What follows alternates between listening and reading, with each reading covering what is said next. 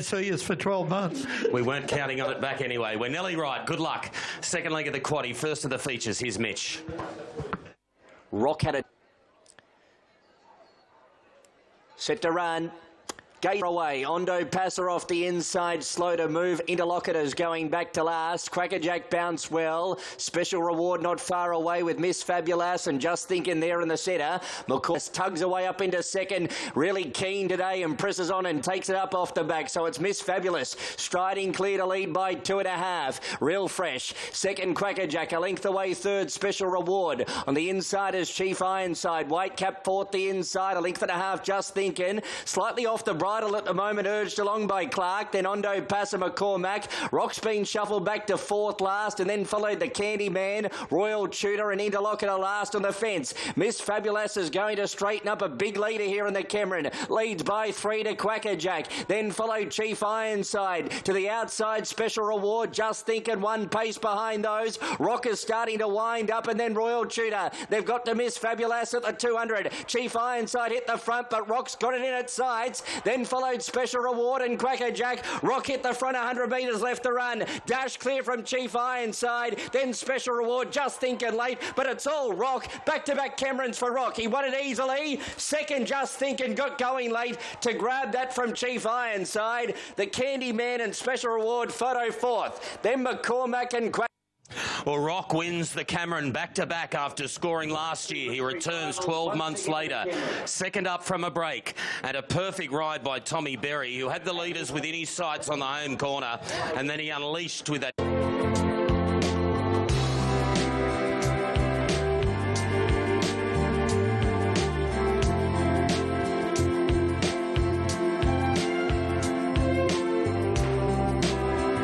And they're off in the Newcastle Gold Cup. The Lord Mayor and Zacata close to the inside, bounce well with cars off. Hush Riders going forward from the deep with a tension run sliding across with it. Herinawi not far away and Pass of Glory the widest pushing forward. At the post the first time. Hush Norway's had a good trip fifth. 2 lengths away next the inside to cars off. Then followed by Mugger 2. McAvoy yet to go with his big weight. 2 back to the Lord Mayor. Then followed Nothing Too Hard as Euro. Zacata the back markers would need a wriggle on from here. Oliverus fourth the last with the getaway. Sweet Thomas 2.5 away. Big Duke last. Around the corner at the 4.25. Hush Rider just Pass of Glory got it in its sights. A length away in third. Attention Run. Then followed by Herinawi. Norway gets into the clear. Had a bump with Mugger 2 who's starting to run on. And Karzov heads the others. It's Hush Rider at the 200. Pass of Glory trying to get there. Attention Run. And now the big fella Mugger 2's coming. Hush Rider the far side. Mugger 2 moved up with 75 metres left to run. Mugger 2 hit the front. And this is your cup, Chris Lees. Mugger 2 won it. Mugger 2 a length and a half. Hush Rider. Third in either Attention Run or Pass of Glory. Then followed by Norway. Next in was...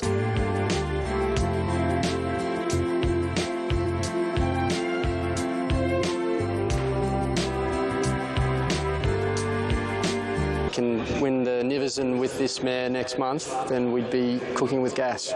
Look forward to it. Well done. Thank you. Loaded stamp, and they're off and racing, and It's Me's jumped out about midfield. Pedway began very briskly, takes the lead from Giggle, Vibrant Night Leo. It's Me's back fourth last in the field, followed by Scara, Braithen, Talahina and Show Me the Honeys last of all. So the favourite third last approaching the corner. Pedway couldn't cross them there. Emilet's punching through the centre and Toro on the rails. Then came Toto. Further back in the field to Crackneck, 2 after Bright Rubik. Clearly Regal working into the clear. It's Me 6 off them and she's starting to power up now at the 250. Moving up Crackneck, but here she comes. It's Me right down the middle of the track. Oh, she's something special. And It's Me is starting to rip clear and remains unbeaten in 3 starts. Watch her crash now in Kosciuszko betting. Crackneck second. Toto third. Followed by Scara, Braithen, Leo. Further back to Shania, clearly Regal, Bright Rubik. Further back Vibrant Night. Yeah, so she was the one, as I said, we spent a little bit more money on Grand Syndicates to sort of work on buying them under 30 grand and selling them for $1,000 a share or $2,000 a share. But just when we found a horse that we really, really wanted and we didn't want to lose her because of our budget, we just introduced what we called a Grand Platinum, gave us the opportunity to go to 65,000 and buy her. We were at the English Classics. He's a tough horse too, Big Ray, and she's the class, but he's the type of toughness you need for one of. First feature of the day. This is at Group 2 level, the Darley Tea Rose Stakes, 1,400 metres. And this mounting out is brought to you by... Well, we know she's a very much in-form filly at the top of the game. She's got a great turn of speed that can put a field away. No reason she won't run 1,400. Or Chris Waller. I thought it was a terrific return, running nice sectionals in the Furious. She'll eat up every bit of this 1,400 metres. Should be hard to hold out. Look, little... This is culminating in the Flight Stakes. That was the two champions, Angst and Samantha Miss, and Dame Giselle's on target. A Star was last out of the gates, and Vangelic flew out from Dame Giselle. Vangelic will lead from Dame Giselle. And Miss Canada goes to third, followed by Every Rose. Hungry Heart, the favourite, fifth. Thermosphere caught 3 wide in the early stages. Last one, Vangelic holds out Miss Canada. Dame Giselle racing a bit keenly now. Berry looking to get her to switch off and get cover on the outside of Every Rose. Then Thermosphere on the outside of Hungry Heart. Montefilia improves on the rails. Then came Sentimental. Further back then to Stella Pauline, Fallen a Star, and Miraval is the last one. 600 out. Vangelica half in front to Miss Canada. Every Rose poking through to a clear third from Dame Giselle. He just had to take a tug there, switches off better. Then came Montefilia getting up on the inside of Hungry Heart, has been kept company by Thermosphere. Not much room here for the favourite Hungry Heart, and McDonald starts to ride her up. At the 300, Vangelic in front from Miss Canada.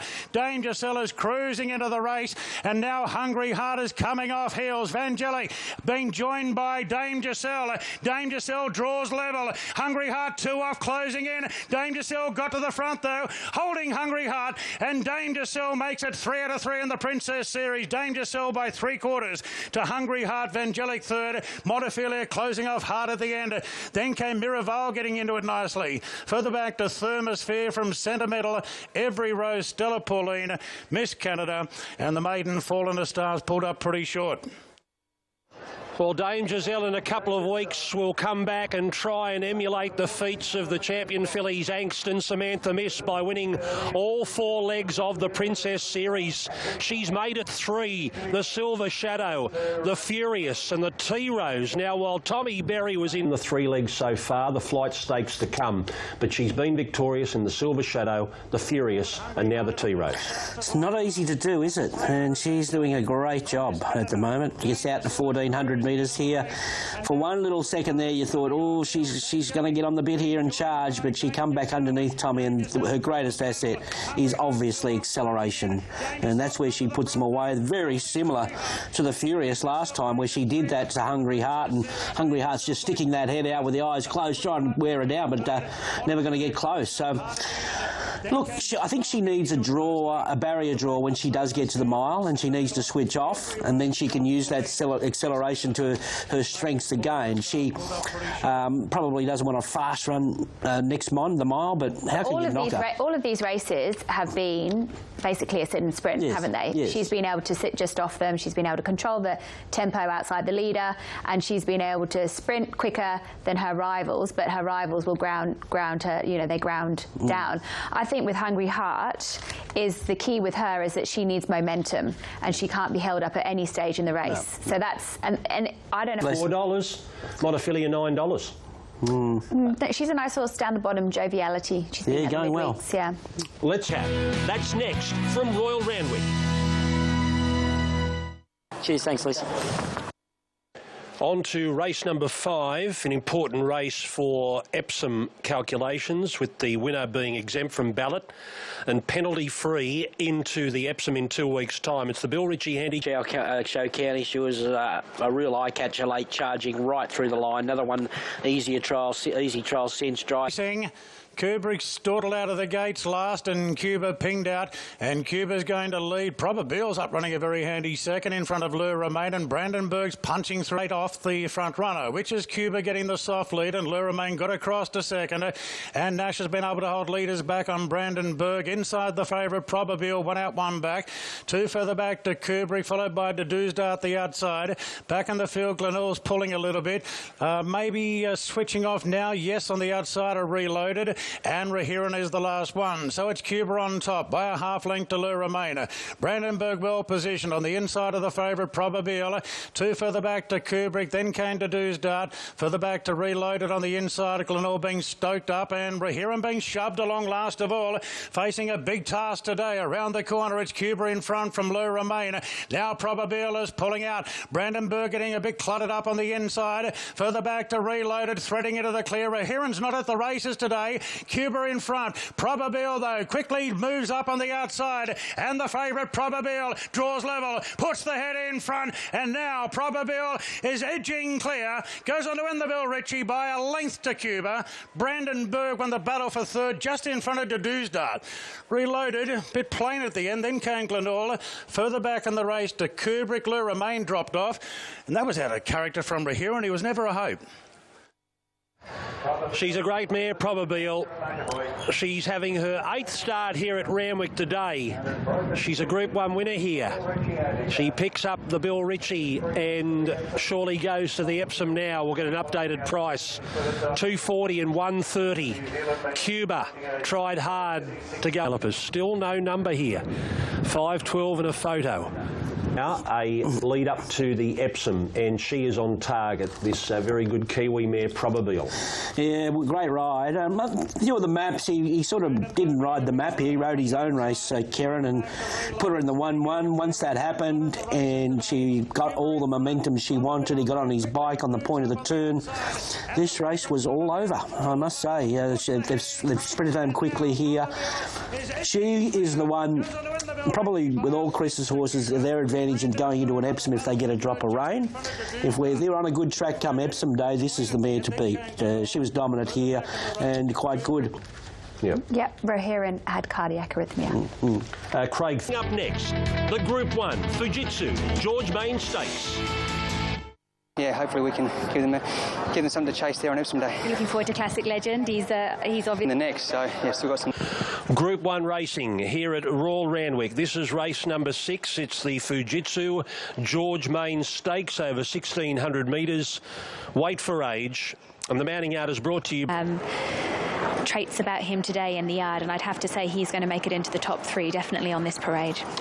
Image. Yeah, she might get better odds. There's too many other options in this race. They won't. She's rock hard. I think she's 230 into 220 NOP, probably because she's a 180 tote call, but arguably. I've been waiting for him to return to a bit of form before I started putting him into my numbers, and he did that last start. He continues to improve, and at the each way odds he has to. She showed the audacity to fight them all off. She's generally better second up. She's better at 1,600. Some queering her on dry ground. I don't have a negative with it. Worked well between races last week. Colding, I agree. $11 is ridiculous if we think he's going to find his old form. In the George Main, and Dreamforce anticipated the start as good as ever, and he lobs a length in front out of the gates. Colding moves forward together with Imaging. Star of the Sea's pretty handy. Very Elegant parks behind on the inside of Colette, and 2.5 to Avilius last. So it's Dreamforce in front. Colding edges close to the outside, and Dreamforce dictating the speed of the 1,000 metres, and Colding is right up on the outside. Star of the Seas handy in third, Imaging fourth, 1 out, 1 back. 2 further back to Colette on the outside of Very Elegant, and still 2 lengths away to Avilius. They've got 800 metres to run, and Dreamforce is running along at a pace to suit himself in the hands of Nashruilla by 3/4 to Colding. A length and a half, Star of the Seas, followed by Imaging. Then came Colette from Very Elegant. McDonald just starting to nudge away, and she's coming away from the fence, and Avilius being stoked up last of all. Dreamforce travels well around the turn from Colding, and Imaging gets cracking. Then Star of the Seas, 2 further back to Very Elegant, who's trying to clear Colette. She's been put back in a pocket there. I think she's in trouble here, Very Elegant, and Avilius down the outside. Dreamforce has run his race. It's Imaging and Colding slugging it out. Star of the Seas closing in. Colding's lifting. Colding Colding just in front. Colding goes on to win the George Main. Star of the Sea second, Imaging third, and Very Elegant a luckless fourth. Further back to Colette. Dreamforce weakened out and Avilius didn't pick up. Colding's back. Colding is back. It's been not quite a year since his last win in the $7.5 million inaugural Golden Eagle, which came after an Epsom triumph, but he's back. Came after an Epsom triumph, but he's back. Lizzie found him. Lizzie found Colding, 9.20 and 3.60, and it's Walla, Walla, Walla, Walla. Wow. But here comes Colding back to scale. Berry on today. Avilius. Lizzie found Colding in the yard, and he was coming off a much improved run last start.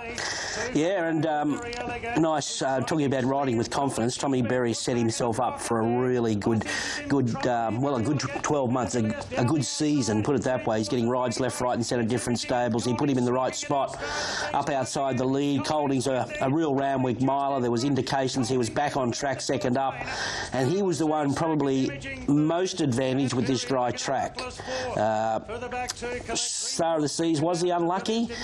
You could say that. Just has to come sideways here. He tightens up Very Elegant to a certain extent. He just takes him a while to balance back up.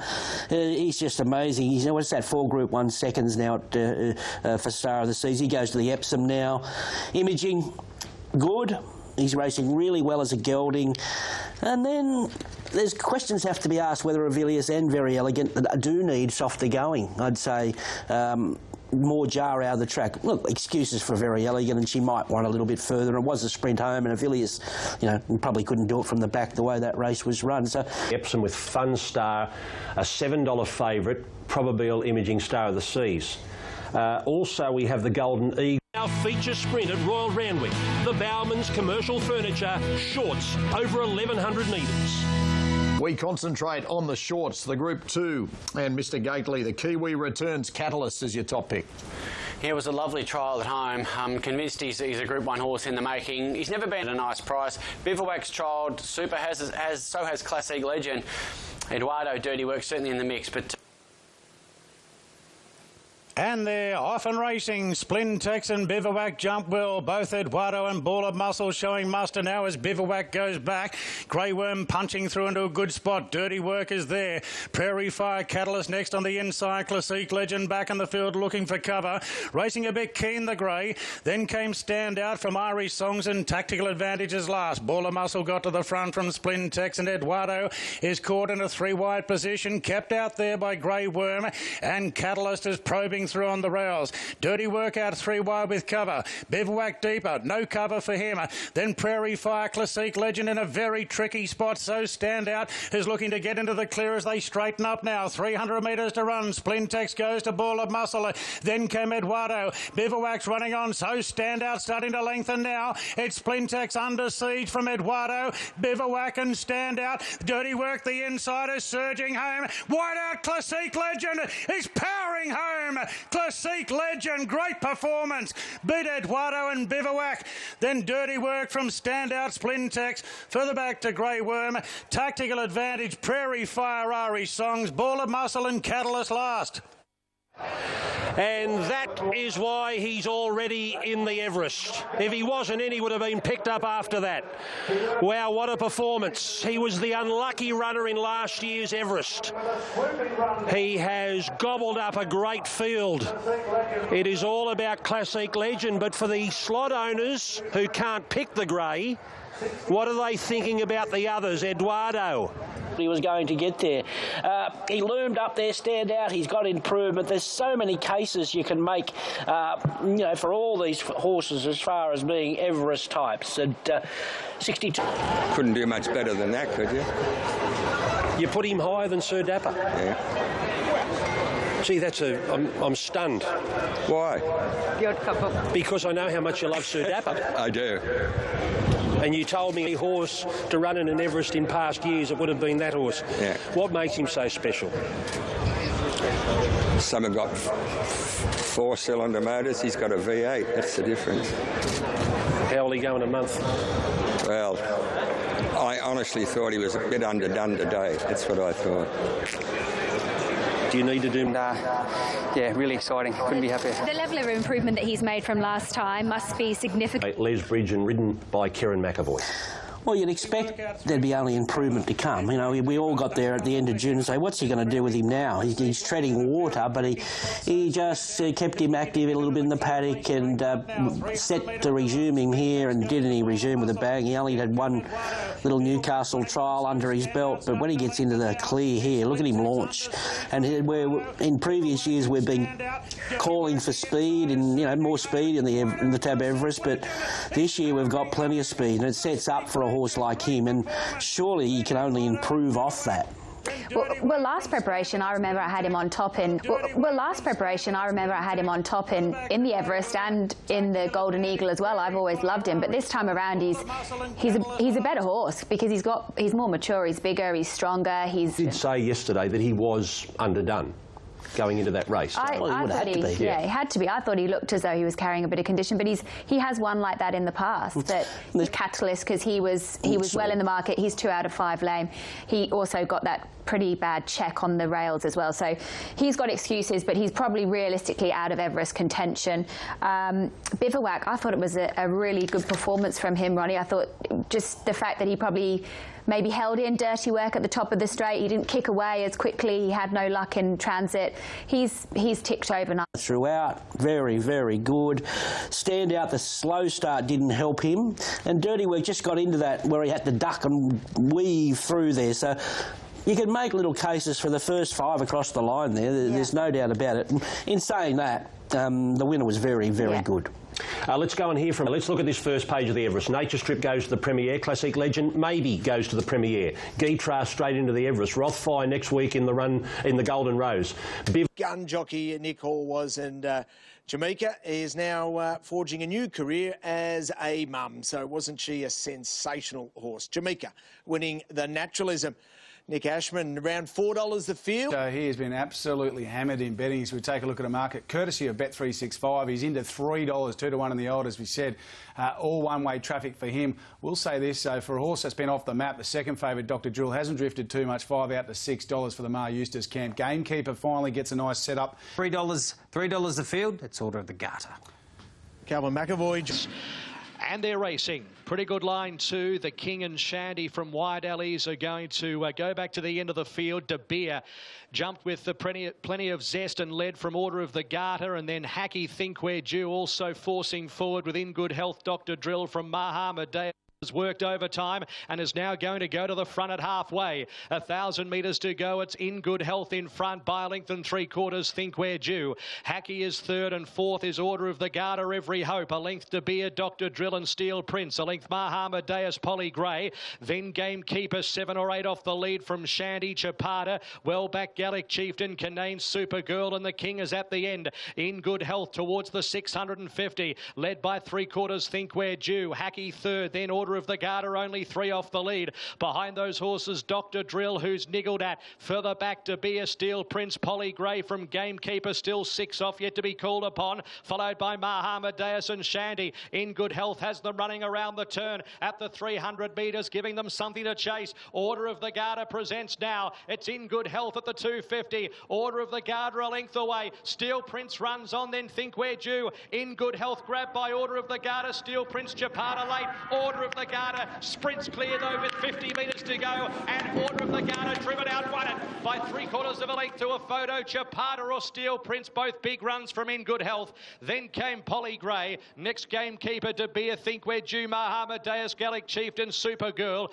Well back in the field, Shandy, Canaan. Towards the end, Hacky with also the King, and Dr. Drill was under pressure a fair way from home and finished amongst the tail enders, if not last.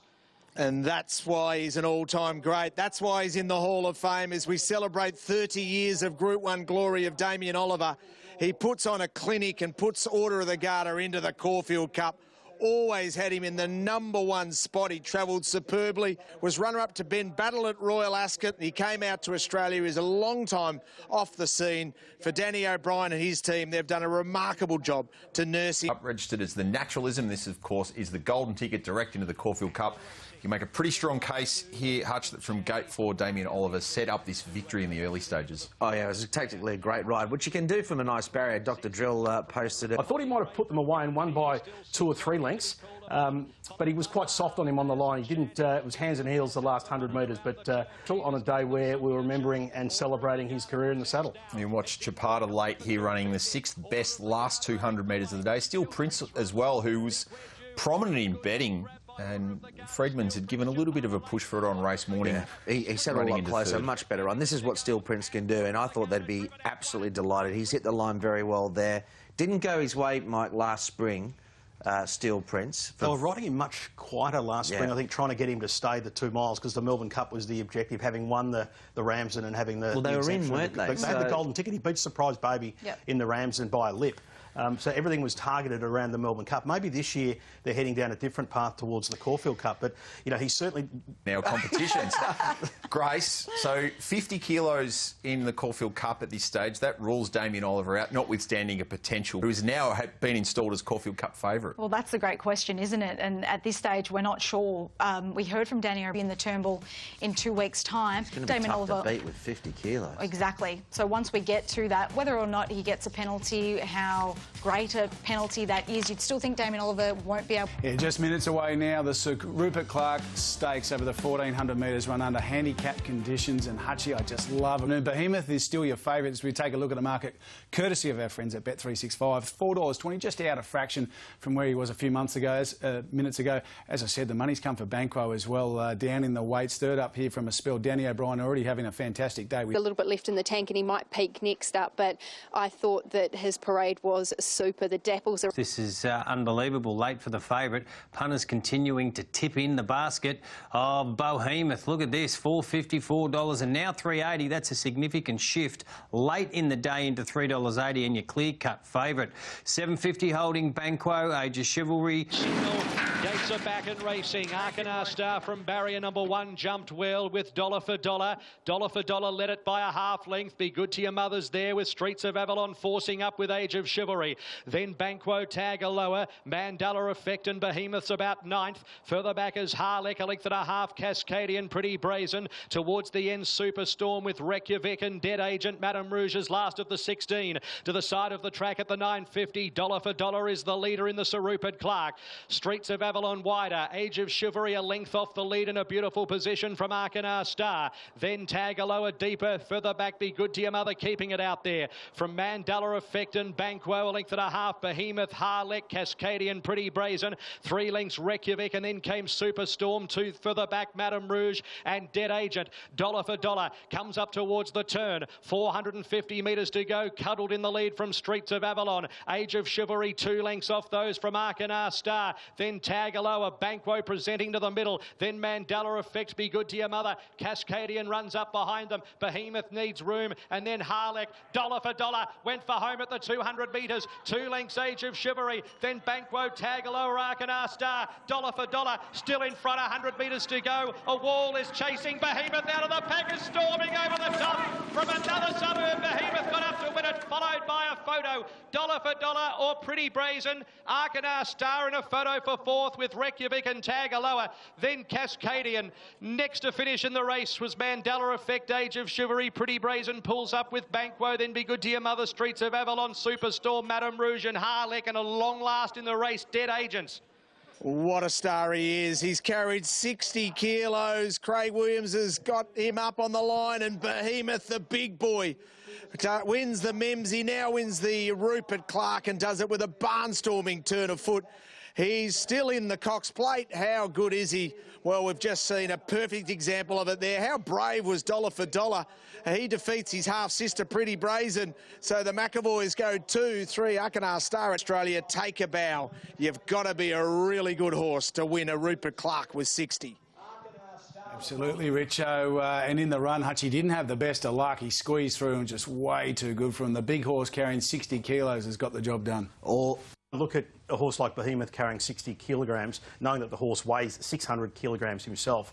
I'm not so fazed by that. I'm more concerned by the barrier draw and where he's likely to lob in the run, as opposed to him carrying 60 kilograms. So it's the weight relativity, it's the ability of the horse to carry that weight, but for me, it's more about race shape, barriers, and how the race is likely to pan out and where he's likely to slot in the run. If he had a drawn 14 to pan out and where he's likely to slot in the run. If he had a drawn 14 or 15 yesterday, I couldn't have been with him. But from a low gate, knowing that he's going to settle probably in the first 6 or 7, as he did in the Memsie a couple of weeks ago, the 60 kilos didn't worry me at all. Historically, thing worth adding to that, it's also relative to what top weight and bottom weight. When you've got a really big spread, which the weights are pretty condensed here, aren't they, in terms of the handicap compared to where they used to be some years ago? Yeah, 6 kilos top to bottom. It's probably not the traditional spread, and something we've spoken was heavily backed late in betting, had the 60 kilo imposters we touched on in the opening segment.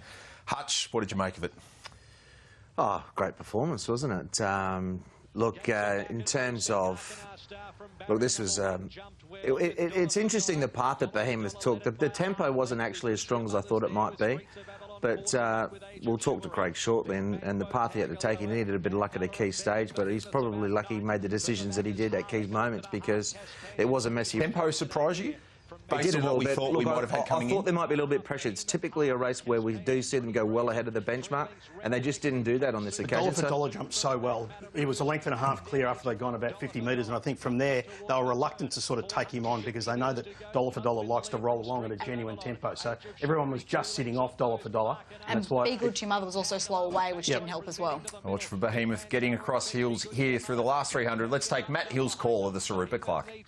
And then Harlech, Dollar for Dollar, went for home at the 200 metres. 2 lengths Age of Chivalry. Then Banquo, Tagalo, Arkanar Star. Dollar for Dollar, still in front, 100 metres to go. A Wall is chasing Behemoth out of the pack, is storming over the top. From another suburb, Behemoth got up to win it, followed by a photo. So reeled off the 8th best last 200 metres of the day, Behemoth, to take out back-to-back Group 1s. Let's welcome in on a Sunday morning, Craig. A little bit untapped in a way, isn't he? So I'm just interested to get your thoughts on where or what distance you think he is in his, is really in his sweet spot. Well, I'd say he's a sprinter miler at this stage. This is a chance next year that this horse could develop the way that he has come along. I was lucky that they introduced me at the... Still hasn't recovered knocked from over this Mike. photo. There is a chalk outline at Solmo's house after Dollar for Dollar, but some good judges found Dollar for Dollar earlier in the week. I think went up 50, 60 to 1 in some markets, and that price certainly didn't last. Pretty brazen, really good coming off its Let's Elope win a week ago, backing up. She was good. I think she had a chance. I don't... ultimately, Behemoth sort of... they were in a similar spot on the turn, and Behemoth was too good. I mean, with Cascading, I don't know what to do with that galloper. Look, there was a lot... As you pointed out, I think when he gets back to a mile, maybe at Flemington, he's going to be mighty hard to beat. But a terrific race, and I think we'll see a lot of winners in coming weeks come out of the Sir Rupert Clark. Well, we're going to...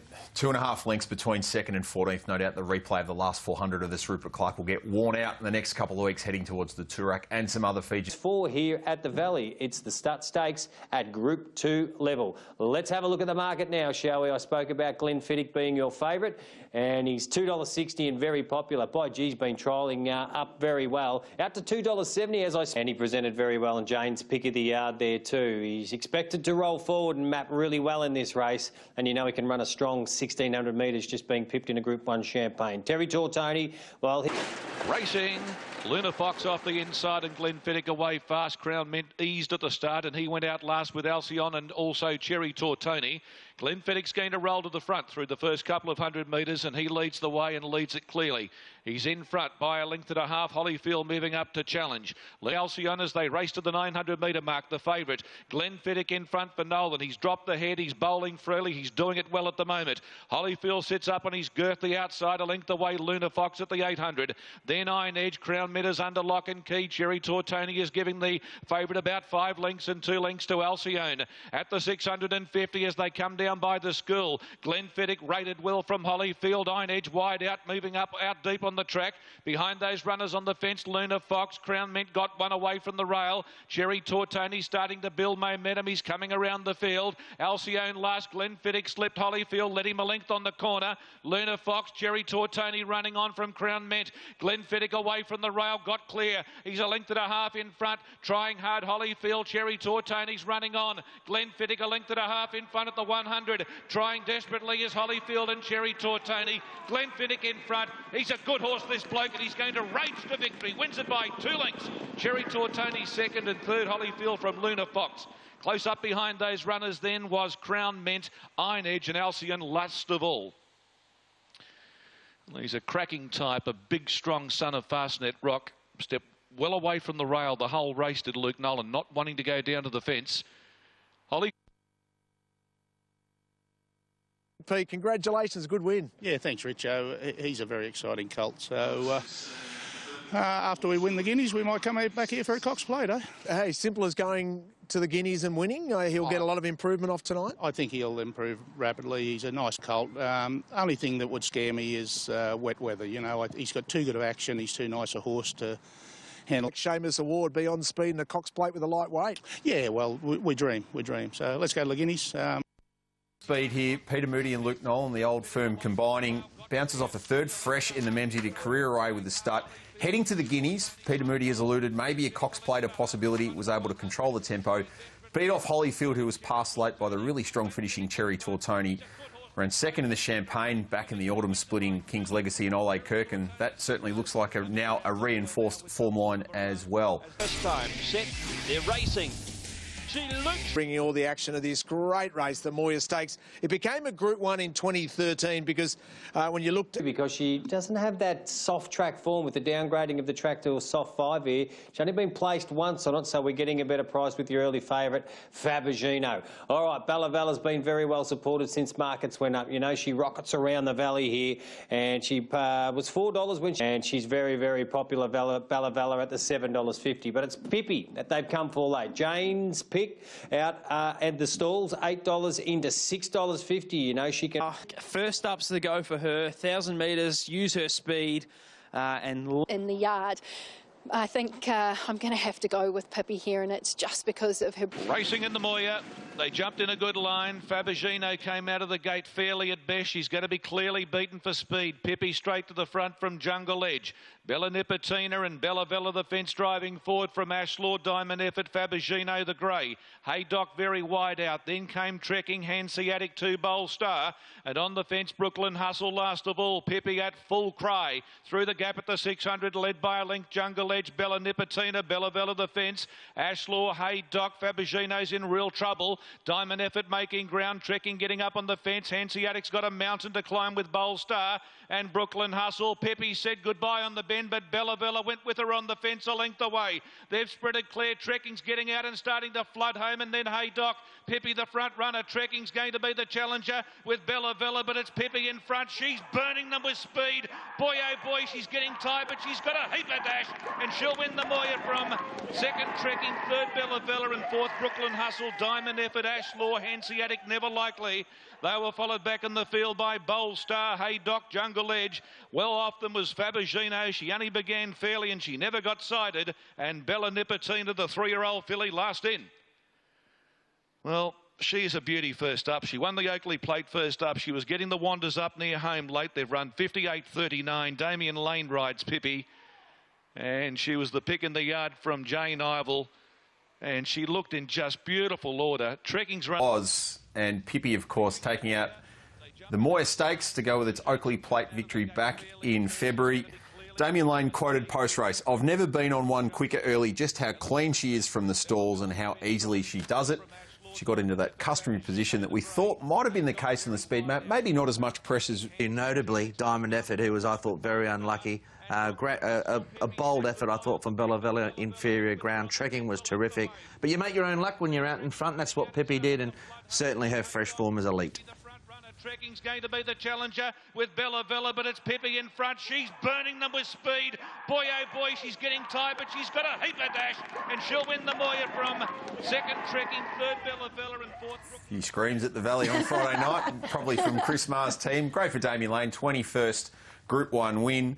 Trekking excellent first up. That was one of the several eye-catching runs in the racing behind. Perhaps he's headed towards an Everest race. Of course, he ran third in last year. We know Bella Vella, they're sticking along the rails, but unlucky runner, but you can't take anything away from a leader who goes from barrier to box and just wins comfortably. So congratulations. It was disappointing that we didn't get to see what we'd hoped to see from Fabergino because, as you referenced, she missed the start, and from there she was never in a winning position, but she was quite unlucky as well. So it's a complete forgive run, but they've clearly... Here is the Group 2 for the mares, and it is the stock stakes. And I can tell you now that Perfect Jewel, she's been popular all the way through. She drops back from the Mackay Diva, and she was terrific winning at mares prior to that. So she's into $2.80.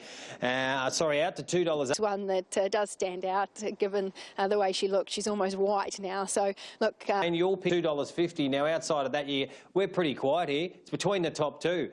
And the market mover, I can tell you right now, folks, is going to be number 6. The Underwood Stakes, all set to run. The last, the stock.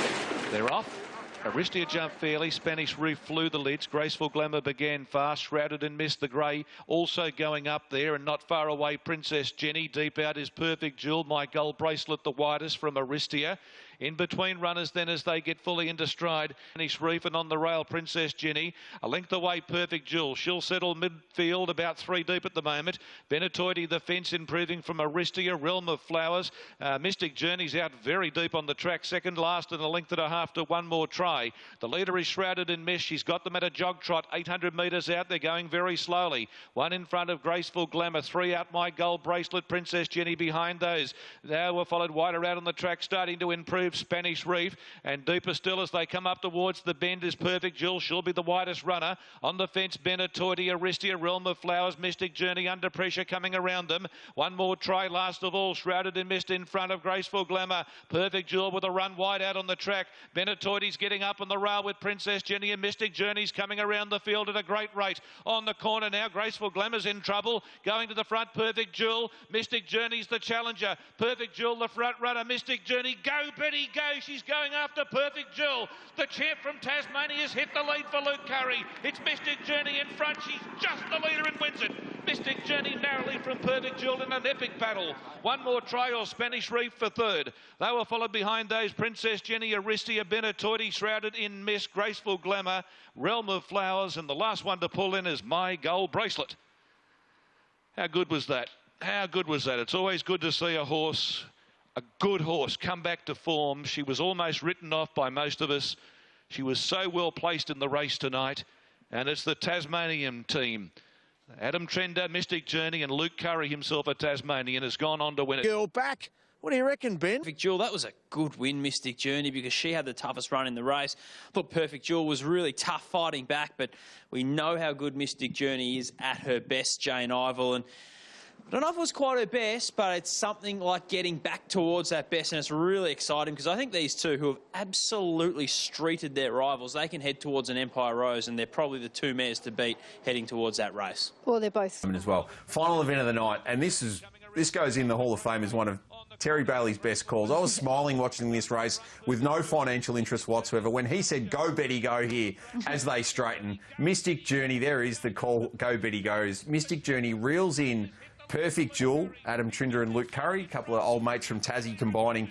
This was a real highlight for me. Mystic Journey was a horse on an absolute pedestal for us 12, 18 months ago. We had such high hopes for what she would do last spring. It didn't quite eventuate, but she loves the valley, she loves the mile, she got conditions to suit. It was brilliant to see. Well, and she's been moved back to her stable, and that was the key. Her form turned her around. She was beaten too far out in some of those races not that long ago. She seemed under pressure. She didn't seem herself. Apparently she likes Tassie. She doesn't like Victoria so much. She likes the hit and run. That's exactly it. And it's she likes the spirit of Tasmania, I think. Yeah, she does like Gloaming Stakes.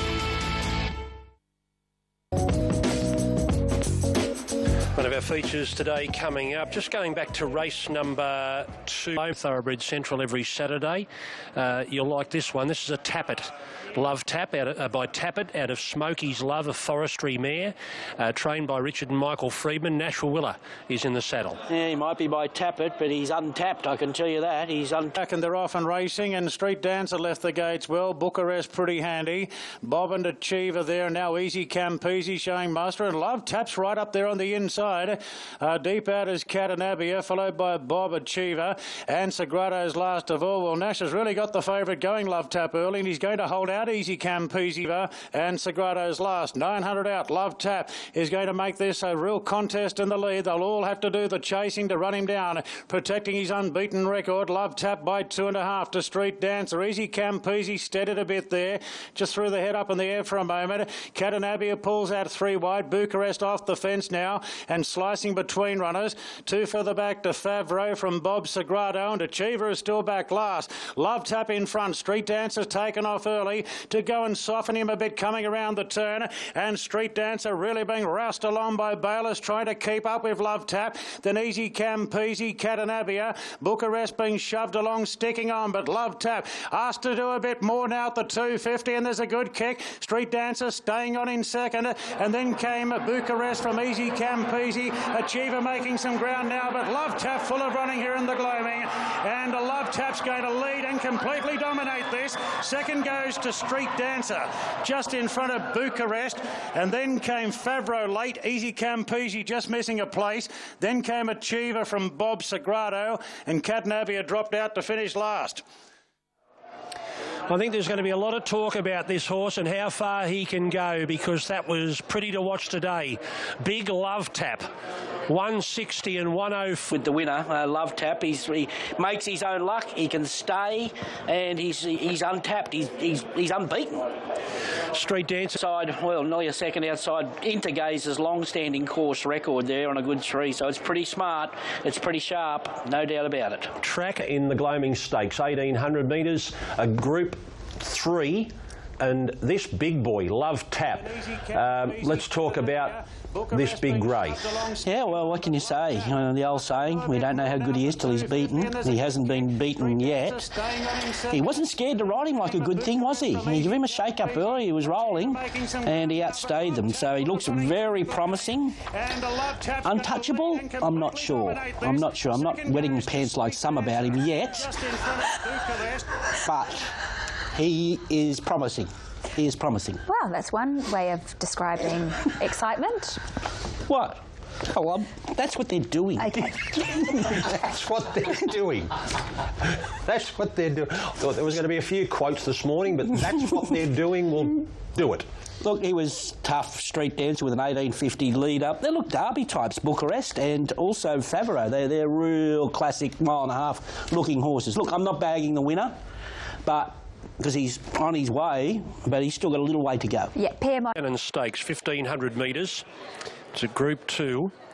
The Iron Jack Shannon Stakes, 1,500 metres. It's a Group 2. Subpoenaed and just thinking out. 12 to go round. Off and racing. Nicanova missed the start a bit. Yamazaki flops back. Looks like Elvis jumped well with Quackerjack, revved up the outside. I Am Superman put up on the speed from Ty Zone. Then came Riadini. Couple off to Miss Siska, 2 further back, then to Nicanova. Racing onto the field starts to string out, and Quackerjack does his thing to lead. Out by a length and a half. I Am Superman in a trailing position second. Then came Riadini on the inside. It looks like Elvis. 2.5 further back to Ty Zone from Miss Siska. Then came Nicanova travelling strongly. A length off to Crack On, so you win the other.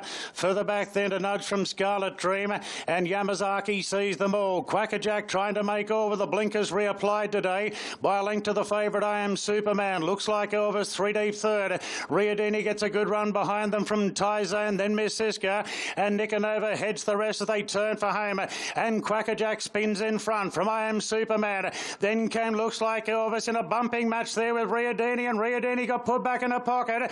I Am Superman lays it down to Quacker Jack. Looks Like Elvis sticks on. Riadini hasn't got much room. 175 out. I Am Superman kicking from Looks Like Elvis. He's strong late, I Am Superman. He's starting to pull clear. Riadini out late, too late. I Am Superman wins the Shannon. Beat Riadini and Looks Like Elvis. Scarlet Dream rattling at the end. Then came Nudge and Nicanova. Further back to Quacker Jack from So You Win. Crack On, Miss Siska from Tyzone and Yamazaki.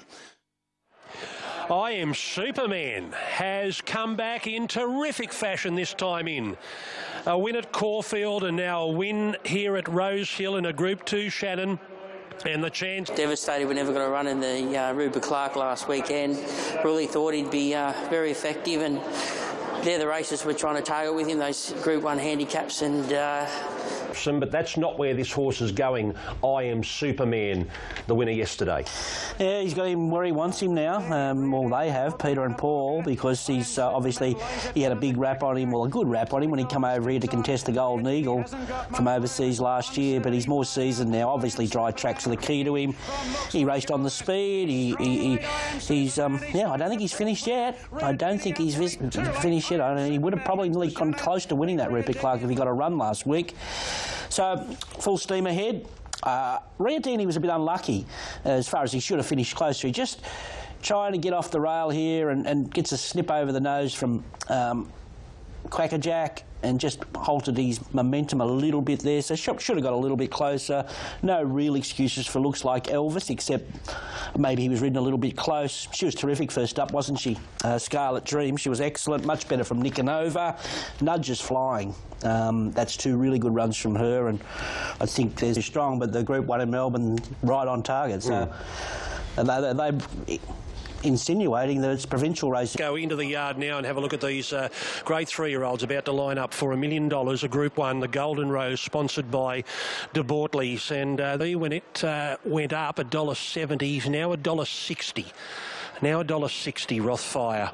One of the shortest price favourites in the Golden Rose. If you want a bit of a history guide, pull holes in him through his price factor, looking for horses to beat him, but the punters have spoken with their wallets here into $1.60 to think we're all thinking we're going to get black. First one, number 4, Ole Kirk, and the rider is Tommy Berry. Well, having run in 2 very fast races from a spell, he sets up pretty well here with a good preparation for this. He was placed at 2 at a mile in the Champagne Stakes, so he's one of the stronger ones here, and his sectionals the other day were fantastic. Biggest factor about him? Blinkers on him today. He just wasn't sharp enough coming back in distance on the dry last time. I think that sets him back up with to be very, very competitive here, having just been on speed. Good place to be today. He's going to take some serious running down. No $5.50 this week. You got a cop $1.50, but I'm not going against him. Gates are back now and they're off and racing, and Rothfire began brilliantly wide out. Yardstick is showing good muster and Peltzer there, but Byrne takes Rothfire to the lead. Mamarigan spearing through on the inside, and Nash is trying to hold out the Queenslander. It's Rothfire and neck in front. Mamarigan gets right underneath him. Yardstick a bit keen in third, Peltzer in fourth. They're followed then by Sylvester, revved up going around the field from Global Quest and Ole Kirk. 2 off to North Pacific and 3 off to King's Legacy. He had to burn some gas, Rothfire, but the Queensland eventually got the front there by a length on Yardstick. Mamarigan holds leaders back third. 2 further back to Sylvester, Peltzer back on the rails. Then came Global Quest from Ole Kirk, North Pacific, and King's Legacy last of all. Rothfire tried to get a breather approaching the bend. A length clear from Yardstick under plenty of pressure. Mamarigan third, followed by Sylvester, Peltzer coming off the fence from Global Quest, and Ole Kirk looking for the gaps. Rothfire held together at the 350 now. Byrne gives him the rev up, and he raced 2.5 lengths clear from Mamarigan. Then Peltzer, Ole Kirk and North Pacific down the outside. Rothfire lead to the 175. Here they come. Ole Kirk and North Pacific the outside. Ole Kirk, North Pacific, stride for stride. Ole Kirk, North Pacific, bob of the heads. Ole Kirk. Ole Kirk just won the Golden Rose from North Pacific. I think King's Legacy ran home into third, followed by Rothfire. Well, Mamarigan really made him work early. Then came Peltzer from Global Quest, Sylvester, and Yardstick was last to finish. It's a Team Hawkes Quinella in the Golden Rose. Ole Kirk pays $6.90 and $1.60. Tommy Berry wins another Group 1 in his career. He turns Team Hawkes. It's a magical moment. Their 18th Group 1 together as a family runner. And once Tommy got into the clear, he allowed Ole Kirk to sprint out after Rothfire. North Pacific, the stablemate, went with him for that last 200 metres. And Tommy Berry's coming back to scale, winning another gold. The race, and it does take some gloss out of the day for sure. So our thoughts are with Mel Sharp and Robert Heathcote and the entire team of Rothfire this morning. To the race itself, it was a triumph for Team Hawkes with the Quinella across the line, Ole Kirk and North Pacific running 1-2. There's a lot to talk about this morning. That is shocking news about the Rothfire. So exciting. He looked to be a real headline horse. Well, he already was a headline horse coming into our spring, but hopefully we can recover pretty quickly and we have him back sooner rather than later. What about the Tommy Berry? But when we picked them up, Rothfire is in front, and the quote from Jim Byrne in the stewards room after the race was, coming to this point, before the 300-metre mark, I was home. It was all over. Then it changed. Yeah, obviously we know more this morning than what we did yesterday. We knew that Jim had the foresight. We couldn't even really pick up real acute lameness, but Jimmy Byrne knew. He jumped straight off him. That's an old hard head and experience that tells the jockey, well, this horse is not right. A horse he rides nearly every day, so he knows him better than most. So, but you can see though when you go back, they did run quick sectionals, but when you go back and actually analyse it, you can see about the 175 coming up, he just puts in a stride and runs away from the pain, and you can see that there. That's exactly where something must have twinged, and he runs away from it, and you can see that his action completely changes, and you can see that he just really starts to shorten, and you can see there's something wrong. Yeah, no doubt. No doubt. Well, to the winner, Ole Kirk, most beautifully bred individual from the Black Caviar All Too Hard family. In fact, Duff, the mother, is a sister to Black Caviar. Well, isn't he set up for his stud career already with blood like that and being a Golden Rose winner? And Mum Aragon kicking up and making him go harder. No doubt. Well, I was always worried about that. Mum Aragon's just been flopping there, but when he got a rev yesterday, he really overreacted, and that forced the issue of the speed in this race. But Tommy there, back minding his own business, got a little bit lucky in the straight. He was sort of in a tricky little spot from about here, where Global Quest could have shut the door and a few others could have shut the door. But make your own luck. He gets out. They emerge together, the stablemates. North Pacific, he's a beauty. He was very brave. Thought he was going to win here. Did he finish the 1400 right off? Maybe. Maybe not. Look, and we haven't spoken about King's Legacy. Well, everyone's talking Caulfield Guineas, and they're not talking about him. And that's only his second up run, and all his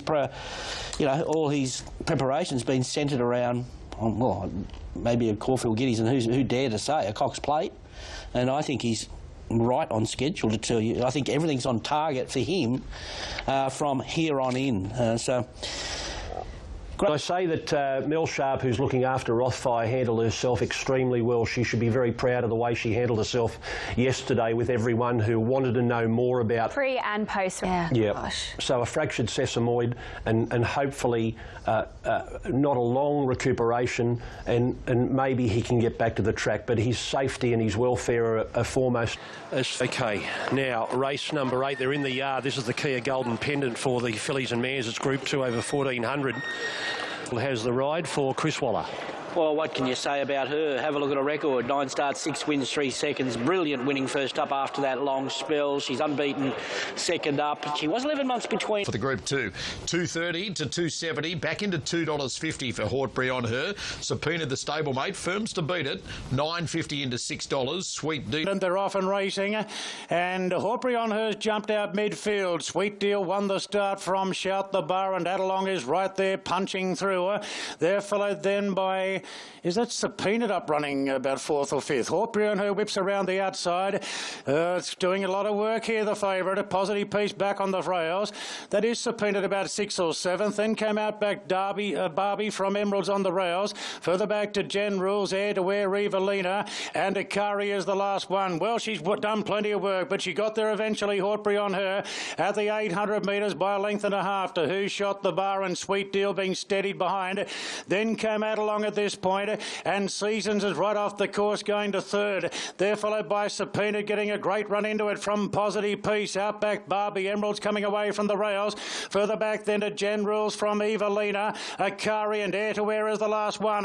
Hawkbury on her swings in front from Shout the Bar and Season seeing daylight today.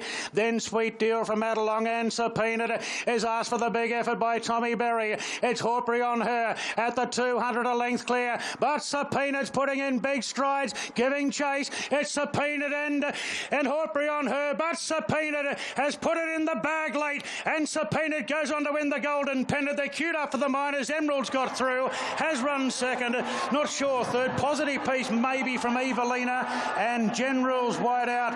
And Hawkbury on her, Shout the Bar. Further back, Akari, Sweet Deal, Air to Wear, Outback Barbie, Adelong, and Seasons dropped out.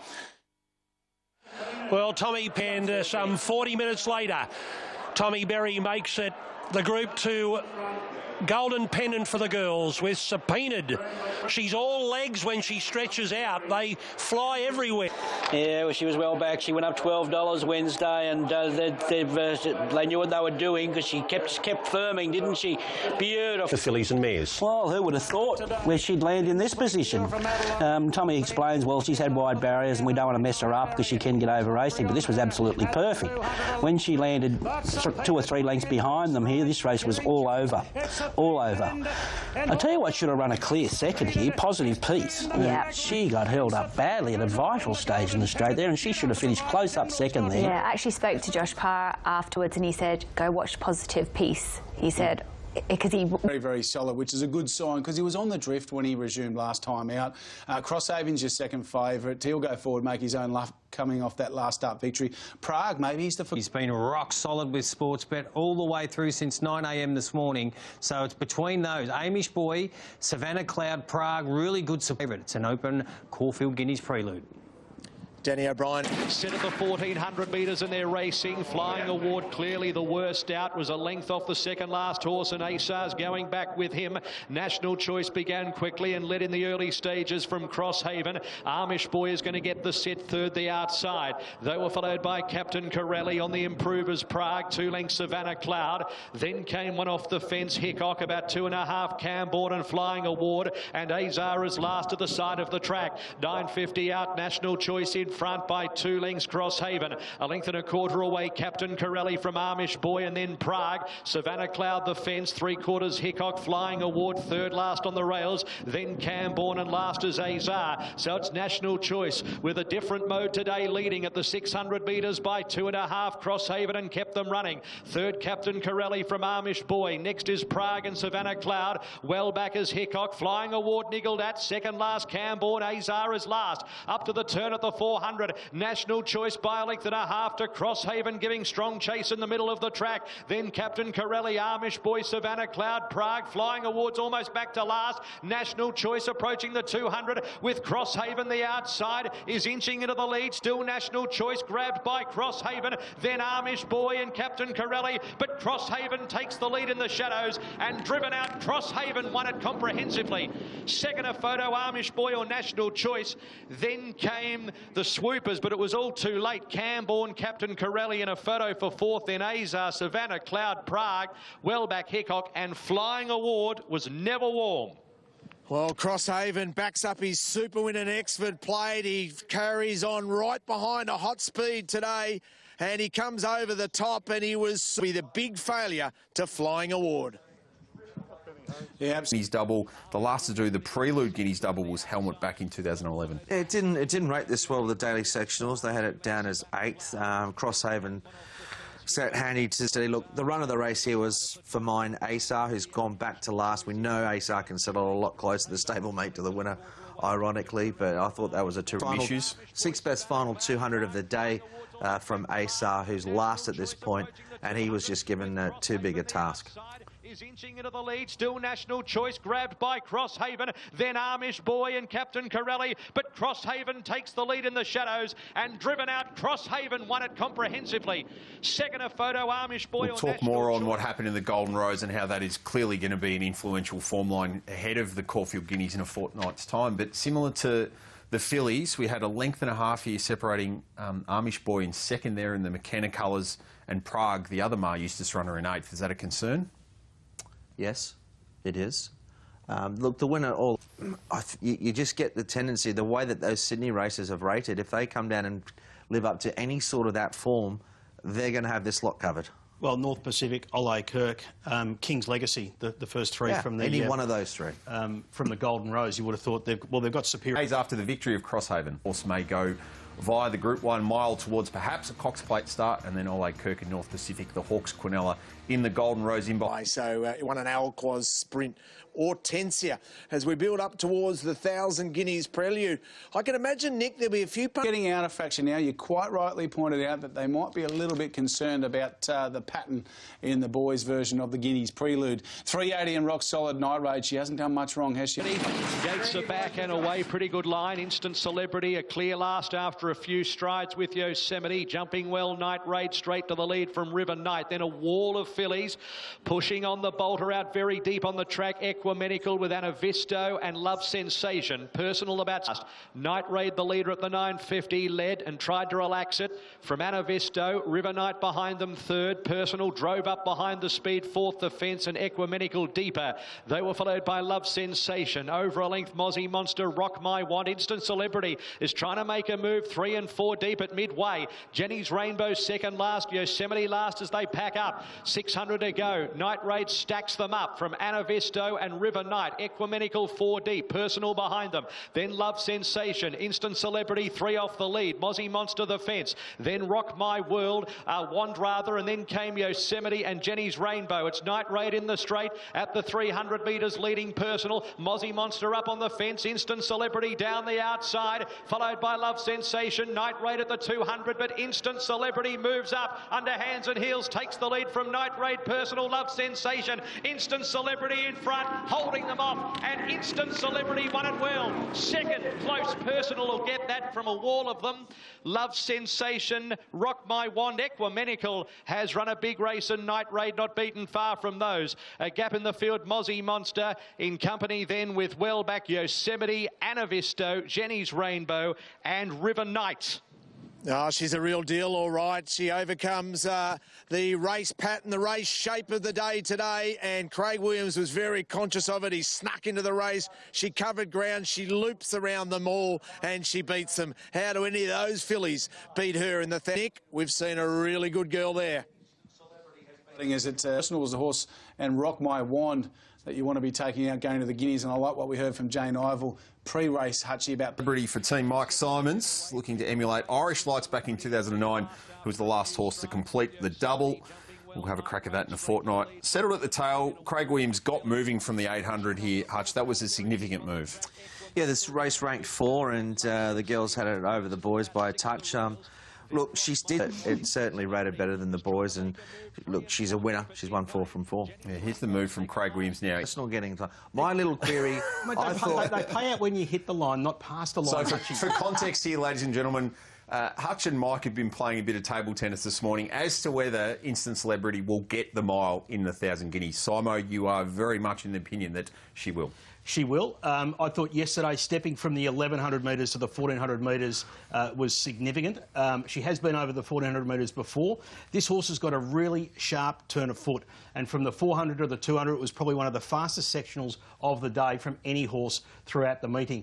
I think when she gets to the front, she got to the front really easily, and she looked like she was going to win by 2 or 3 lengths, but then she starts to float, and I think with race day experience, a little bit more fitness, I don't see any filly that finished behind her yesterday being able to turn the tables in 2 weeks' time. I think the only horses... Very good.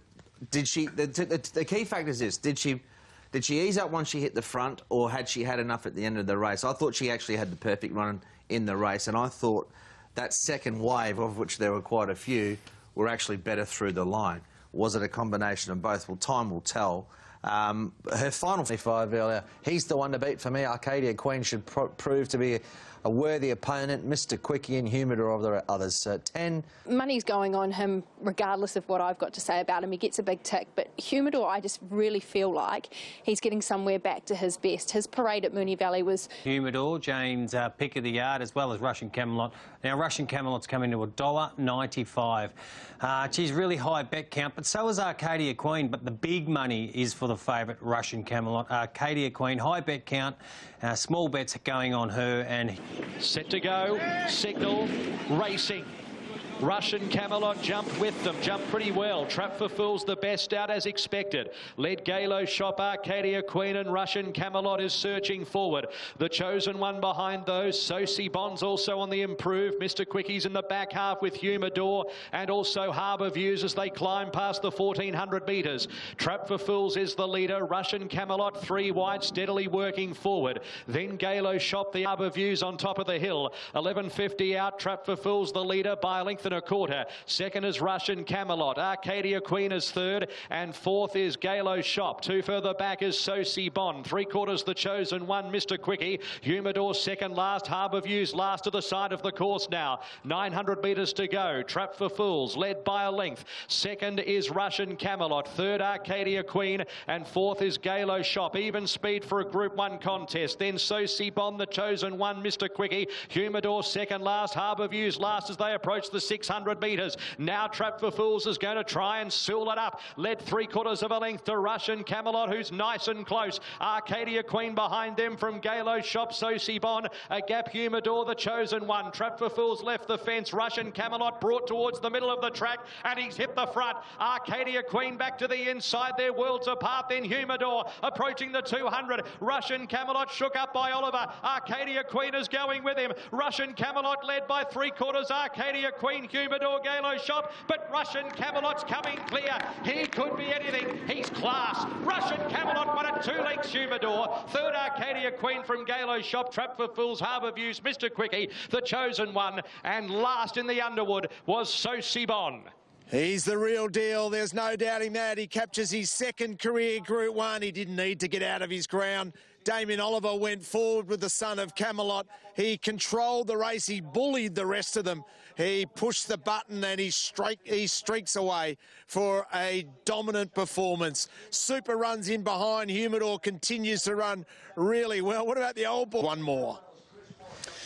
Absolute star, isn't he, Hutchie? And speaking, of course, of the jockey and the horse. Both. Yeah, I love the way that Ollie was positive out of the gates. He took luck out of... Yeah, it's really exciting to see him produce performances like this. It's so early in his career, and there's been a lot of hype around him. So, sick of talking about it. And I said, Damien, you're on the best horse and you're the best jockey.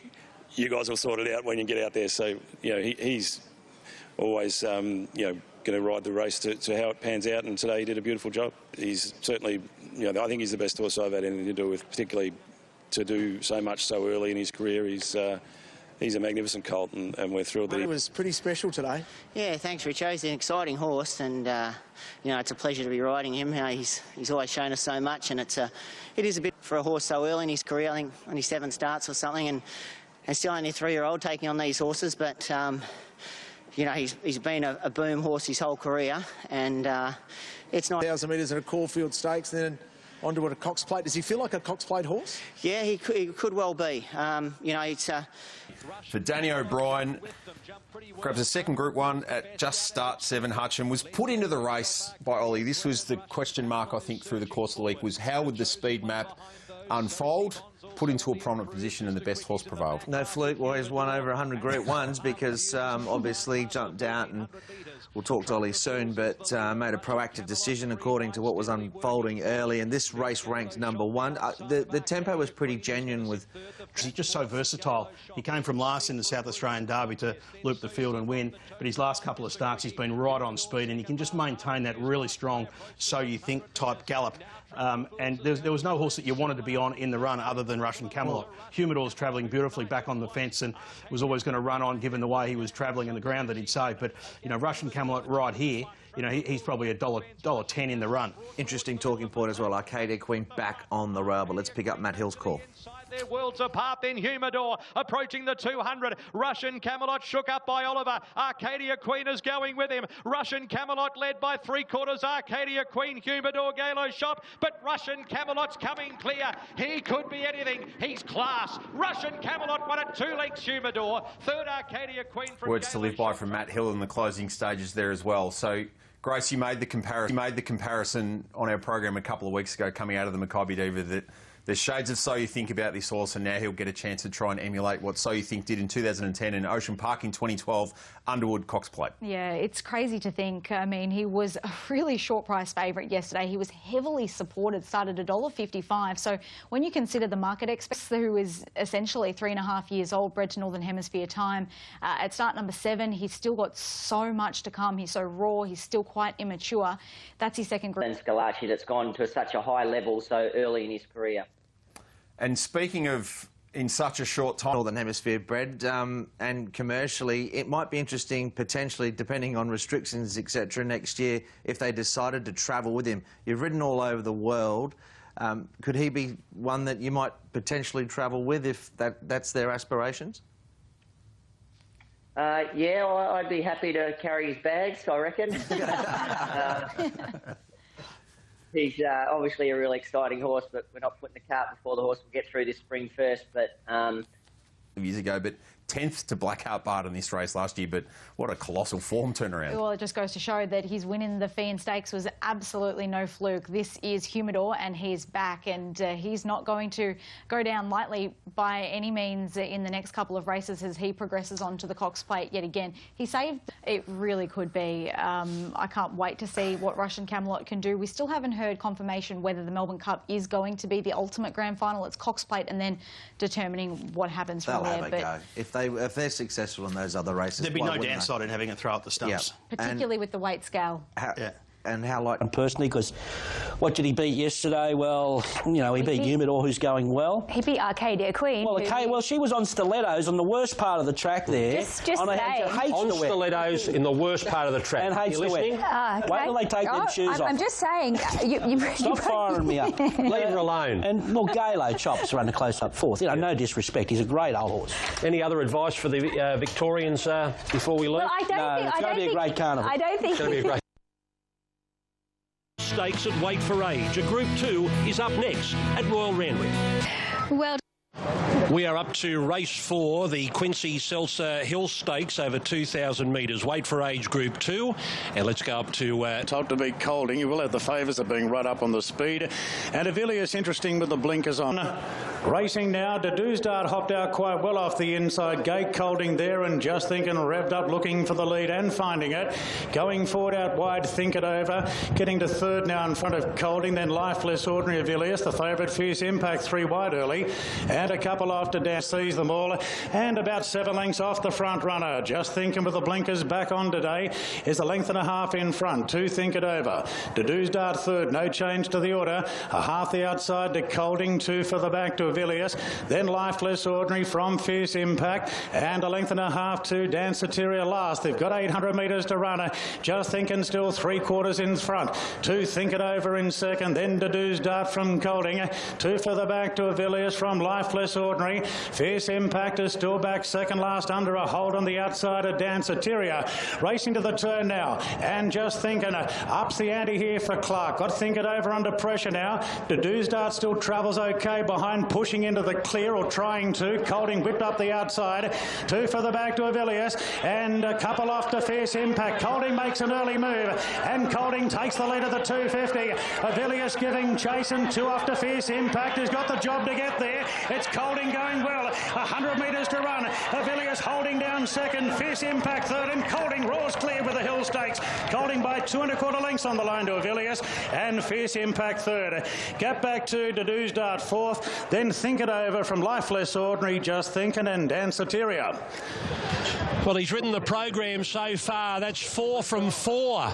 It's been a long time since we've seen a better start to a day by any jockey. Colding is back with a big bang. Last year's Epsom winner.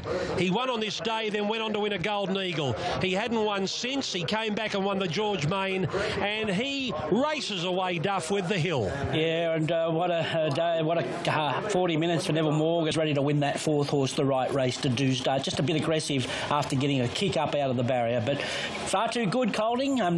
Interesting next move, but I'd suggest it's the Cox Plate. Well, it's been a big... Went back-to-back after winning the George Main. I asked Chris Waller after the race, have you noticed anything different about Colding? He said, yeah. He said a lot of people are jumping back on. He said it was getting very lonely in the Colding camp.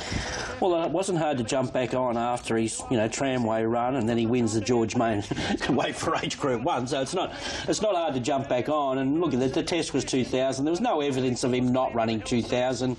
He was brilliant. He was brilliant. He's back.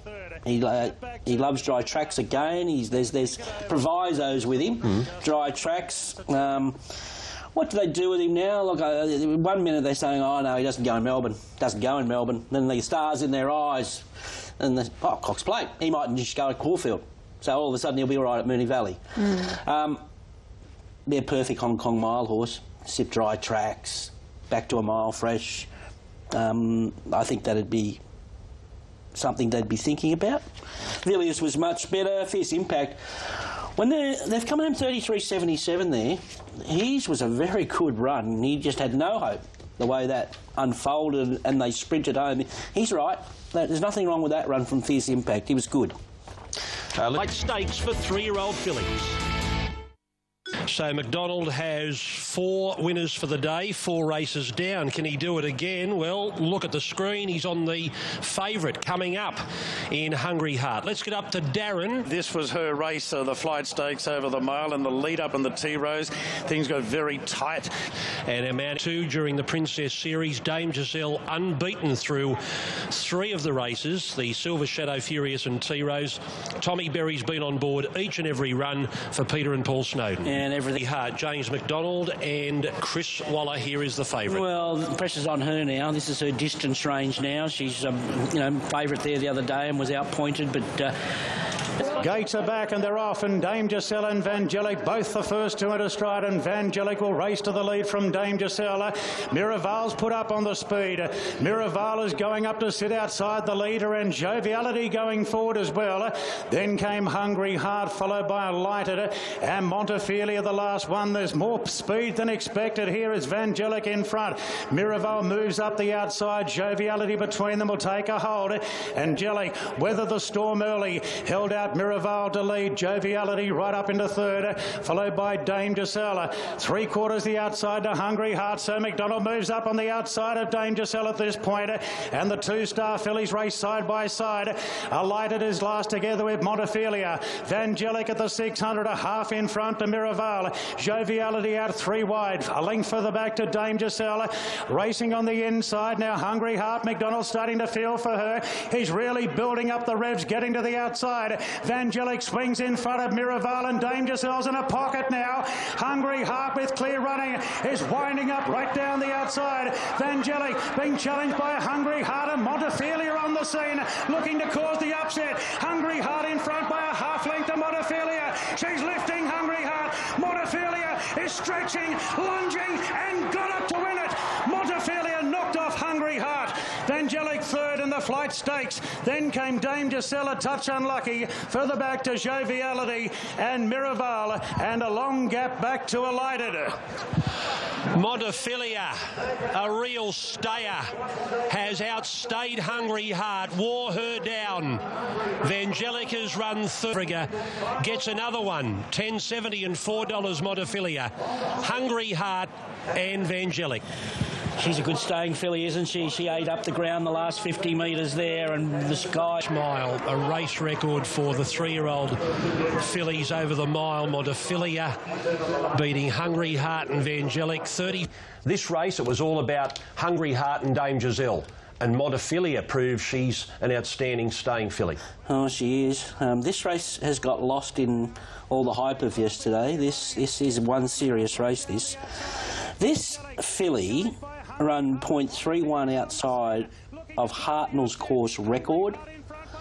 The race record in this flight stakes, which has been around a while, was set on a firm 2 in 1997, 23 years ago, by only a lady on a firm 2 track. She took 1.19 seconds off that. This is a very brutal race. There's some strange tactics here. I don't know what happened here, but this filly should be favourite next week in the Champion Stakes if they run her on that. I think on that rating alone. I know the grey's untapped, love tap, but boy, $4.50. She might be into $4 overnight, but that's ridiculous. She should be favourite. Second and third, if they back up next week, I don't know what Hungry Heart would go straight to 2,000 metres in that, and I'd want to be on her as well. Or she might go, I don't know if they wait to the Wakeful or go the 1,000 guineas. And if Vangelic goes to the 1,000 guineas, $17, I want to be on everything out of that race, 1, 2, 3, wherever they run next week, I want to be on all of them. Up to the Tab Everest is next on Sky Thoroughbred Central. The first and second favourites clash in the Bisley Workwear Premier Stakes. And just sprinted the last 210 metres of the shorts. It was such a dynamic sprint. To venue, let's take a look at the marketplace for the Premier Stakes. And Nature Strip just a little soft, $1.75 this morning. Goes out to $2 and best back to beat it. Classic Legend for Karen McAvoy. Les Bridge, $3.20 into $2.50, just back to $2.60. They're the two in single figures. Heading up the rest is Libertini, $12 into $11. Gates are back, they're off. Nature Strip's jumped out about midfield, starting to master. Standout began very quickly, wide out. Nature Strip goes forward together with Fasika, then Libertini. Classic Legend caught 3 out early.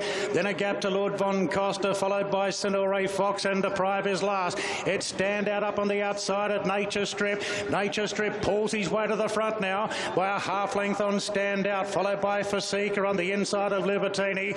He hasn't got any cover today. Classic Legend at the 600 and improves his position.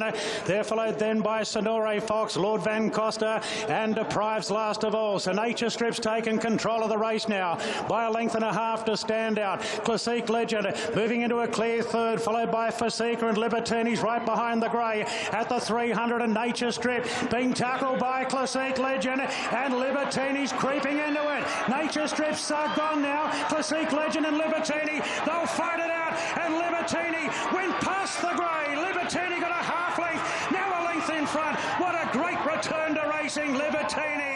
Off to the Everest, someone will pick you up now. Classic Legend second, Photo third, Deprive and Nature Strip. Good gap back to Fasika, Standout, Sonore Fox and Lord Van Costa. Well, she's got to go in. She's just got to go into the Everest.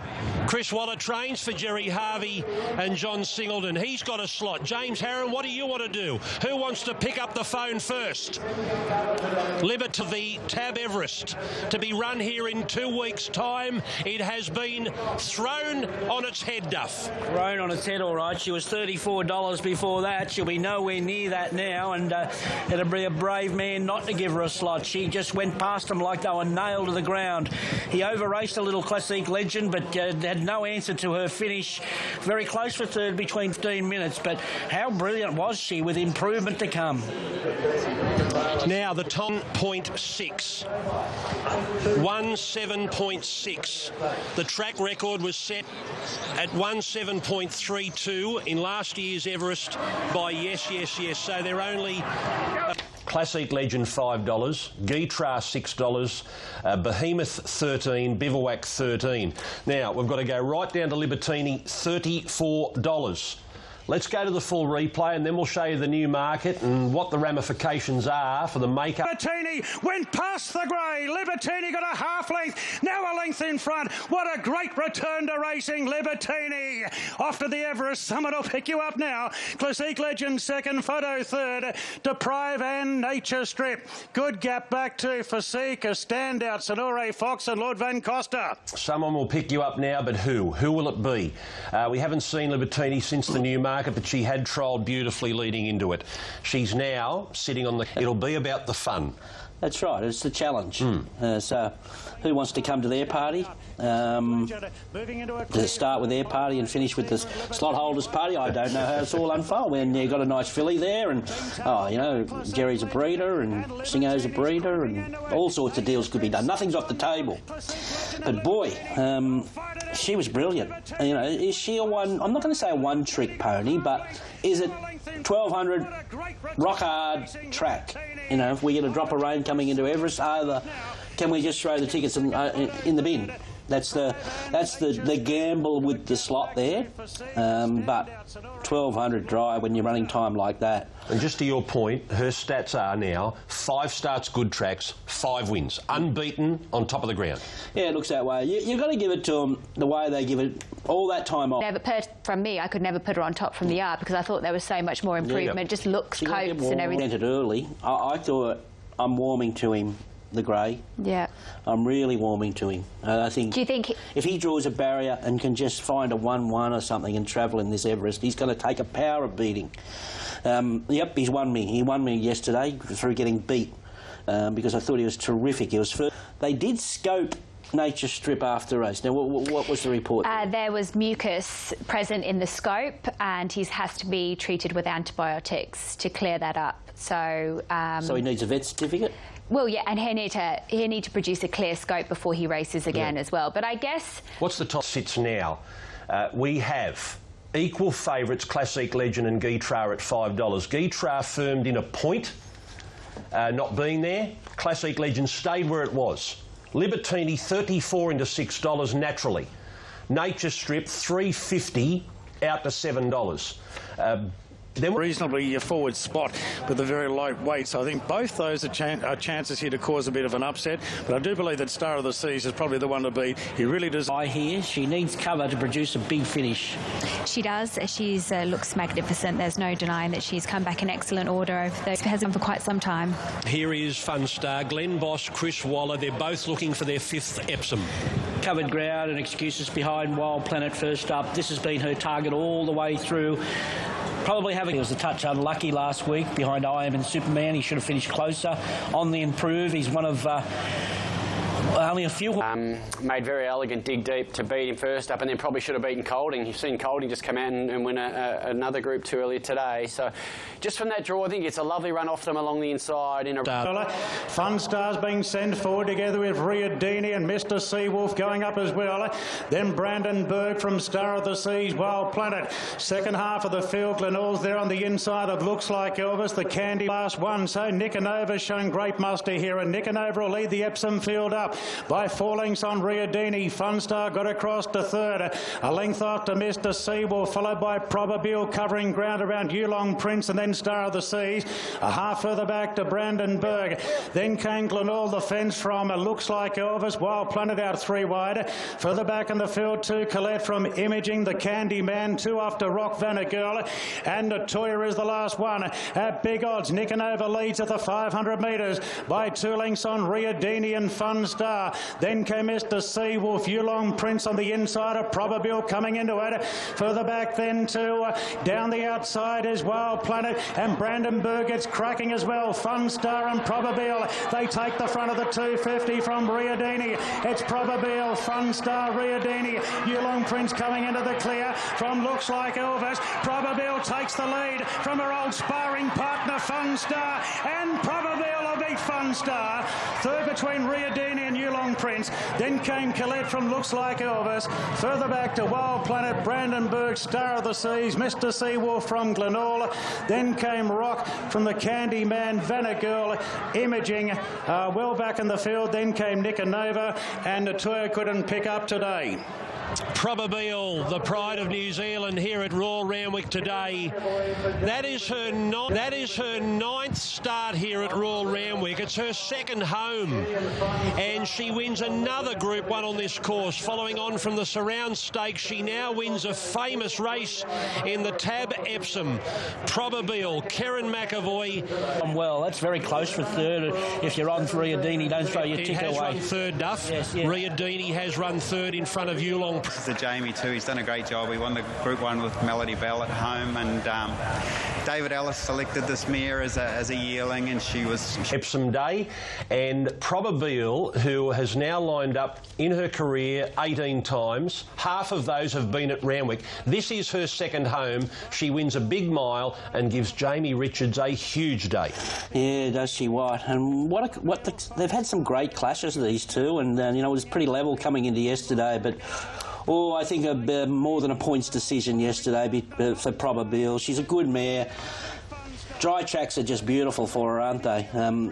I thought it was a great move. Even though she was caught wide with no cover for some of the race there, I thought it was a great move when he kicked up and countered the move of Fun Star early, where we all thought she was going to be aggressive, and Kerry Dollard in defeat, wasn't she? Fun Star, maybe just a little bit more sting out of the grounds, more her go.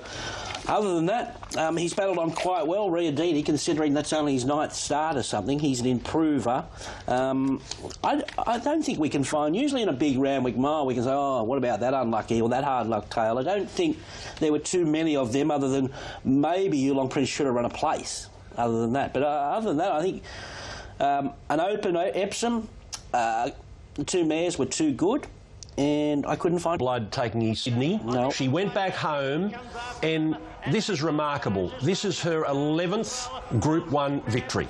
Incredible, and she was there to be beaten, and that's a stablemate Avantage looming up to win, but she's just got the killer instinct, doesn't she, when she's right. 11 Group 1s. What a trainer this young bloke is. You know, he's Chris Waller-like.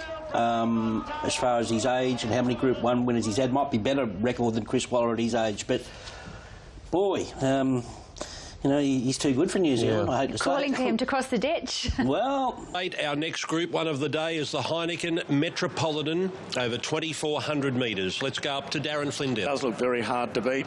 The two value options for mine are Rondinella. She's just been chipping away and tuned for this race today. And Girl Tuesday. Her lead-up runs have been very solid as well.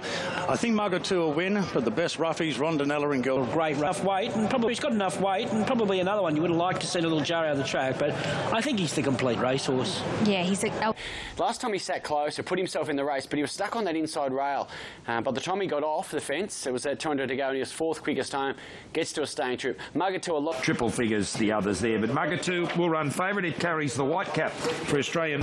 So the Heinekens are back now. They're off and racing. Etta James, no real speed. Zabrowski jumped out well. Angel of Truth, Wu Gok and Hush Rider all vying for the early lead. Cariff is pretty handy as Angel of Truth presses on. Now Brimham Rocks is sent forward. Caught pretty deep early though on the outside of Mugger 2 is 3 wide around Moustazir and Mirage Dancer back on the rails. Right behind there from Etta James. Then came Paths of Glory on the inside of Rondinella from Norway. Girl Tuesday out wide. Boss is starting a run a long way from home. Miss Sentimental got back to second last. And Azuro sees them all. Angel of Truth leads at the 1,200 metres from Wu Gok, and Girl Tuesday has gone right around the field from last. And Girl Tuesday will sit outside Angel of Truth now. Hush Rider and Wu Gok Park right behind, followed by Brimham Rocks is covering a bit of ground from Mirage Dancer and Cariff between runners. Further back to Mugger 2, who's got plenty of breathing space the outside. Moustazir the fence. Further back to Zabrowski. I think that's Sir Charles Road deeper out at the 800 metres from Etta James. Pass of Glory. Well back attention run from Rondinella. Miss Sentimental and Azuro is still back last. Norway well back as well. It's Angel of Truth at the 600 metres just in front of Girl Tuesday. Brimham Rocks gets going with Sir Charles Road and Wu Gok right there as well. Park behind them is Hush Rider, followed by Cariff as they straighten up now. Angel of Truth in front of Girl Tuesday. Hush Rider's taking the gap between them. Then Brimham Rocks staying on. Now Mugger 2 winds up on the outside, a length off the leaders. Angel of Truth being challenged by Hush Rider. Mugger 2 and Mirage Dancers going through the centre. Mugger 2 moved up out wide. Mirage Dancer's going with him. Mugger 2 with his head in front for Mirage Dancer, who finishes best. Mirage Dancer has picked out the favourite Mugger 2. Angela Truth third. Then came Hush Rider, followed by Zabrowski, then Paths of Glory, Girl Tuesday and Rondinella. Further back to Brimham Rocks from Cariff, Wu Gok. Mustagier, Retta James Azuro. Miss Sentimental from Norway, Sir Charles Road, and Attention Runner. Mirage Dancer, number 3, has fought back to win the Metrop. He's taken it away from Mugger 2. Mugger 2 had hit the front, but Nashua are getting everything out of it, plenty out of it. Mirage Dancer has scored by a head to Mugger. I think Mirage Dancer might be staying with Bjorn Baker and his stable. Mirage Dancer defeats Mugger 2, who loomed a win. He did, and he was far from disgraced in going down. This horse just got a beautiful ride from an inside draw for Nash.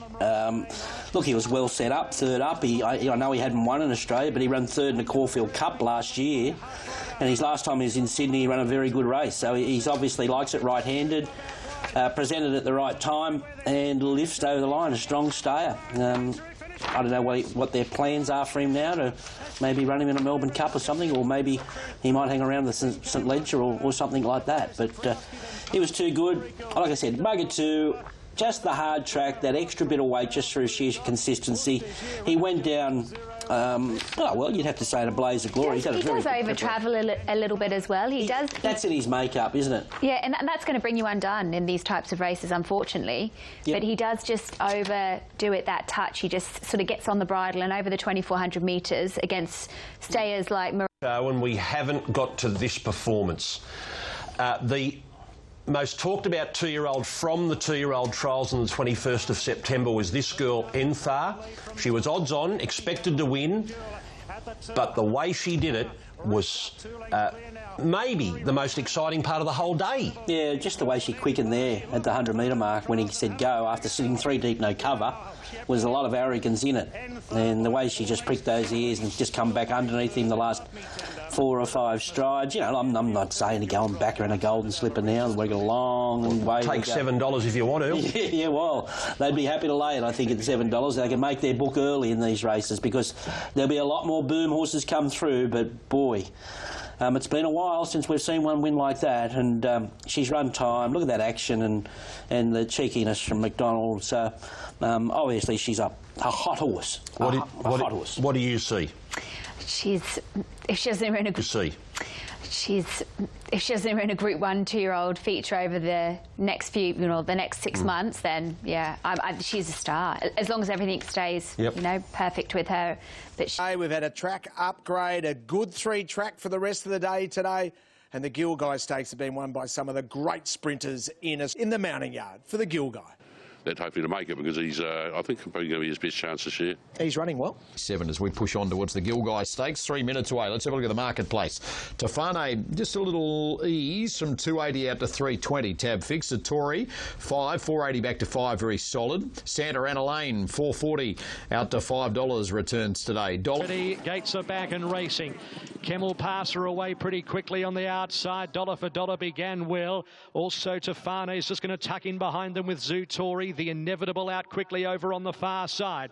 The Inevitable, who's virtually coming up the middle of the track from Dollar for Dollar. I Am Someone, Zutori behind them. They were followed by Kementari and Camel Passer. Further back to Fane, 50 Stars. Santa Ana Lane is last of the pack as they reach the 700 metres.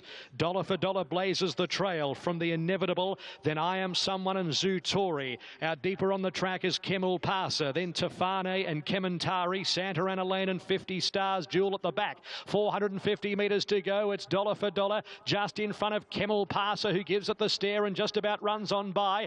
Then came the Inevitable I Am Someone, Zutori getting into its work, and behind those horses now Kementari chiming in as they reach the 200 metres. It's Dollar for Dollar still fighting. Zutari on the outside. Coming at it now is Camel Passer and Kementari. Dollar for Dollar and Zutori. Zutori, Dollar for Dollar. Zutori just in front, and Zutori has just won, I'd say. Zutori from Dollar for Dollar and Kemmel Passer, then Kementari Tefane. Next in the field, Santa Ana Lane from the Inevitable, 50 Stars, and at the end of the field, I Am Someone.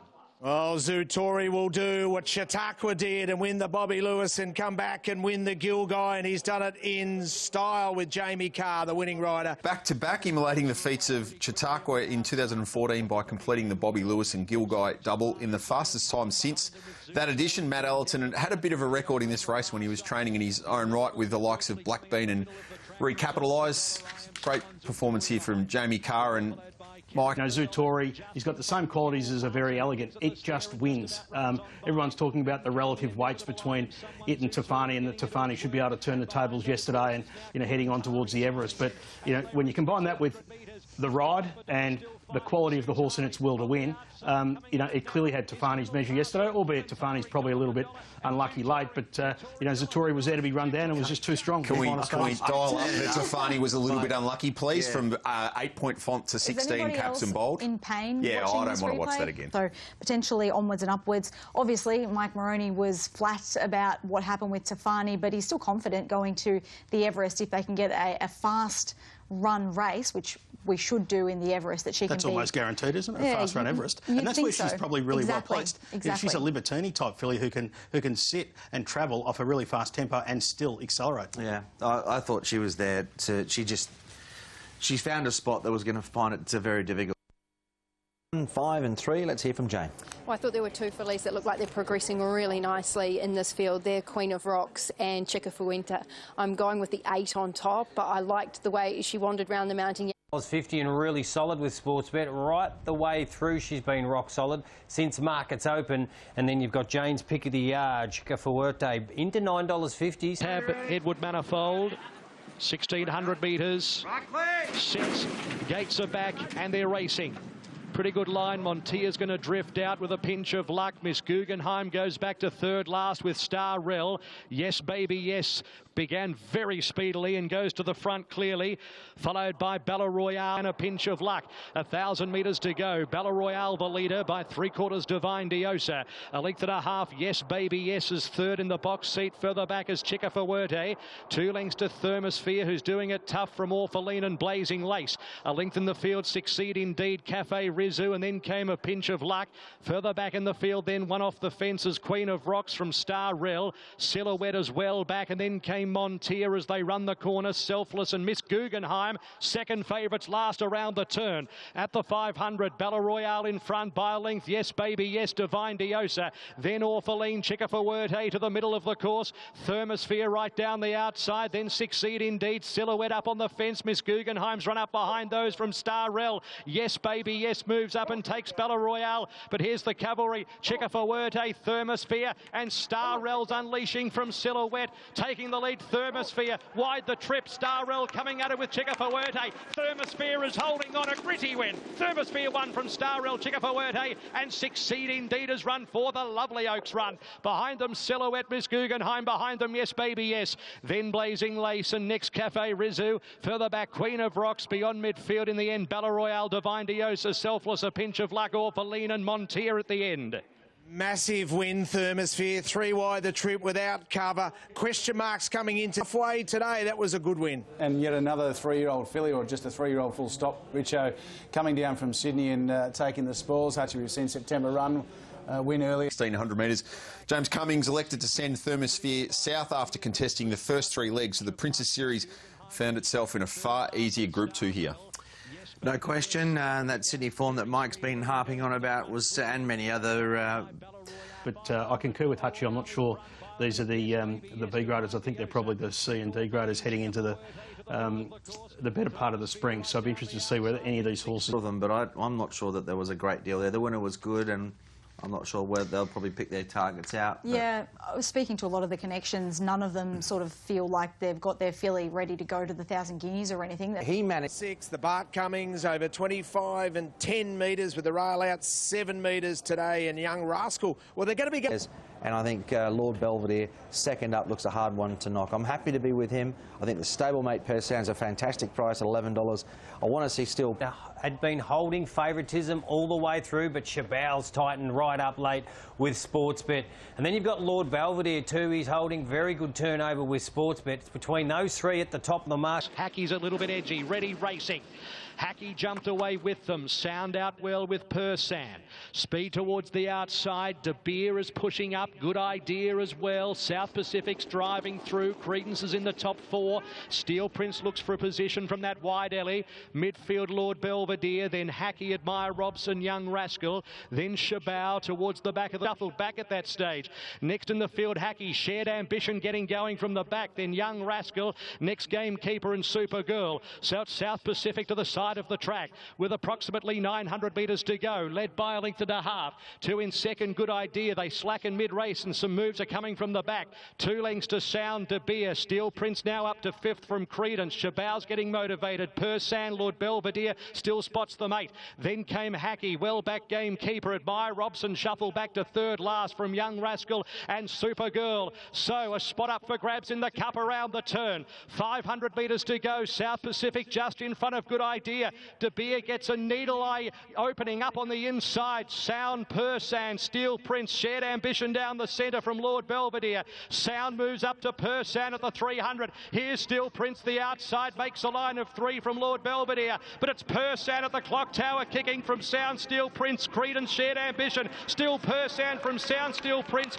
Persan, what a prep it's having, and it's going to run in the cup. Persan won from a photo second, Sound or Steel Prince, and then Shabao. Next, Admire Robson, Credence, Shared Ambition, a gap Lord Belvedere, Good Idea, Supergirl, South Pacific, Hackey, a gap. Incredible preparation, a wonderful call from Matt Hill, and Persan for the McClure family. Those colours were carried to Group 1 glory of Into the Lexus Melbourne Cup. Goes to Persan with a brilliant training performance and a great ride. Persan heads, but what a remarkable story this is. Formerly trained by David Payne. It's had 10 starts for Kieran Murray and Dave Eustace since running in, and Wenger had a maiden in April. In those 10 starts, 6 wins, 3 seconds and a third. It's covered 21 kilometres in those races. It's competed every month and will now continue that streak to the first Tuesday in November. Looks like he could go around for another 21 as well. This was a great ride, I thought, on the day. Look, the time got a perfect run through. I tell you what, Steel Prince was enormous. Phenomenal. Enormous run. The barrier was very costly. I mean, this is... We talk about barriers. 3 wide, no cover there, Hutchie, going past the 1600. There's nothing he could have done really from there. He just couldn't find a spot from the barrier. But tell you what, when you go over it, the amount of ground he's covered, it's been an incredible performance. And he was, I don't know what I'm not sure what sort of 3 deep the trip is in terms of lengths, but I'd imagine quite a few. And like I said, he didn't lie down. I mean, you almost feel when you see, and every year there's this kind of situation, is there? You almost feel like there should be a wild card for a particular runner to get a run in our feature, because he might not make the grade this year, and he deserves. There are a couple of options, which I'm sure you'll touch on, Grace, but Should he get into the Melbourne Cup somehow? The mare's in great form at the moment, and I'm hoping Rubisaki can bounce back. She loves Flemington. She was disappointing first up, but she deserves the benefit of The Perfect Jewel, clear cut now at $4, and your favourite, Madame Rouge, has been strong. The pros are betting around the top 2 mares in the market, Perfect Jewel and Madame Rouge. That's why they're really rock solid, and there's a good push there for Perfect Jewel late. So here with $50 and $10, Savatiano being specced. Now Sierra Sue, 20 into 15. Some punters suggesting... Set, and they're racing. Fidelia out the back with South Bank. Savatiano jumped quickly with Spanish Whisper. They pair off early by a length. She Shall Fly. Madame Rouge a lot closer. Then into the Abyss Fabric south towards the end. Rubisaki and last Sierra Sue. 1,000 metres to run at Spanish Whisper, leading Savatiano by 3/4 of a length. 2 lengths Madame Rouge and She Shall Fly. A couple of lengths into the Abyss and Fabric, and then came South Bank Pretty Brazen with 8 to make up from Missile Mantra, Fidelia. Then Perfect Jewel, Bonvicini, Rubisaki second last, and Sierra Sue whipped them in. Coming up towards towards the turn at the 600 metres. Spanish Whisper is spearheading them by a length. Savatiano, then She Shall Fly and Madame Rouge every chance. Into the abysses, stoked up behind those mares. And then came Fabric, and next in the field, South Bank, Pretty Brazen with a lot to do. Then Missile Mantra, Bonvicini. Spanish Whisper went for home at the 300 metres, skipped a length and a half. Savatiano, She Shall Fly. Madame Rouge presents, then Fabric. Sierra Sue runs up behind them, then Missile Mantra. She Shall Fly bursts through, takes the lead from Madame Rouge. Sierra Sue darts up on the inside, blew the whistle for Walker, and Sierra Sue got up to beat She Shall Fly. Third, Missile Mantra, photo fourth, Madame Rouge or Fabric, then Perfect Jewel. Next to finish, Pretty Brazen, never came on from Bonvicini. Savatiano into the abyss, Ruby Saki, then Fidelia. Spanish Whisper got the stitch, and last was South Bank. Change in tactics ideal for Sierra Sue, and she... Bit of a boil over in race number 8. She gets a Group 2 race. The stable's always had a huge opinion of her. Michael Walker blows the whistle. The rail by Michael Walker after drawing 3 from the outside. It had won all 4 of its races, including as our Sunday tip a few weeks ago at Sale, including a benchmark 70, of course, that it produced a victory there first up. But here it produces the fastest last 200 of the day to score, and interestingly enough, holds a Golden Eagle nomination. This was a massive, massive win. They absolutely crawled. They were 17 almost lengths slower than standard that first section. They've come home in incredible time, and so she's defied the temper to come from where she has. But it's amazing. It's a little like September Run. They've changed the tactics around, probably because of the barrier. But what it's unveiled is that Sierra Sue goes to another level, I think, with these tactics, because she wasn't entitled to win yesterday. No. Fantastic ride, but look, she's last still here, and they've crawled. And look at her just weave through the pack. The fact that she was able to out-sprint all of those that were entitled to finish as well as her, and she had to make up lengths and go past them, was so impressive. Yes, she got the rails run. She had the right jockey on board to take the neat runs when they appeared. But, yeah, huge, huge run from Sierra Sue. Yeah, and the head-on footage certainly tells a bit of a story that once she gets past the tiring leader there in Spanish Whisper, which is about the 100, 150, she's actually in reasonably clear air to launch from that point in time. But audacious ride, to say the least, from Michael Walker. It was a big half an hour for Trent and Natalie because... Hutch, really keen to see Very Elegant. Can she transfer her Sydney form and her rain-affected track form on top of the ground with a big tailwind here at Flemington? Well, it's going to be a tough field. So let's get into the mounting yard for our feature, the Tab Turnbull Stakes.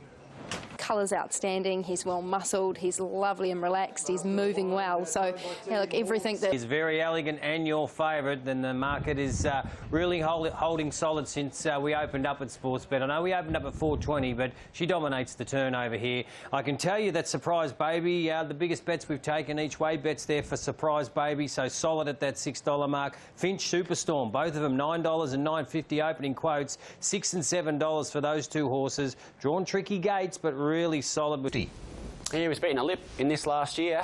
He was first up that day. When he was third up. Then ran well in both cups. I think he run.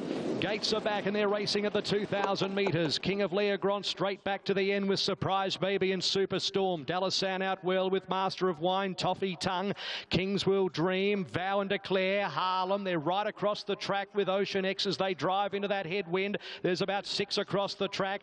Master of Wine now snicks back on the outside of Toffee Tongue from Actow Finch. Back in the next by a length and a quarter, Harlem. Dallasan third the inside, followed by Vow and Declare. 2 lengths away, King's Will Dream, who covers up Toffee Tongue. Then came Actow. Next in the field, past Chiquita Lodge at that stage, is next Master of Wine. And also in that group of horses, Django Freeman. Further back on the inside, Warning and Finch. And then Very Elegant, Surprise Baby, Superstorm, and King of Leogrance last. So the leader, Ocean X, at the 1,000 metres. Kept them moving. It's an even speed by a length and a quarter. Harlem, Dallasan, then Vow and Declare. A length and a half, Toffee Tongue.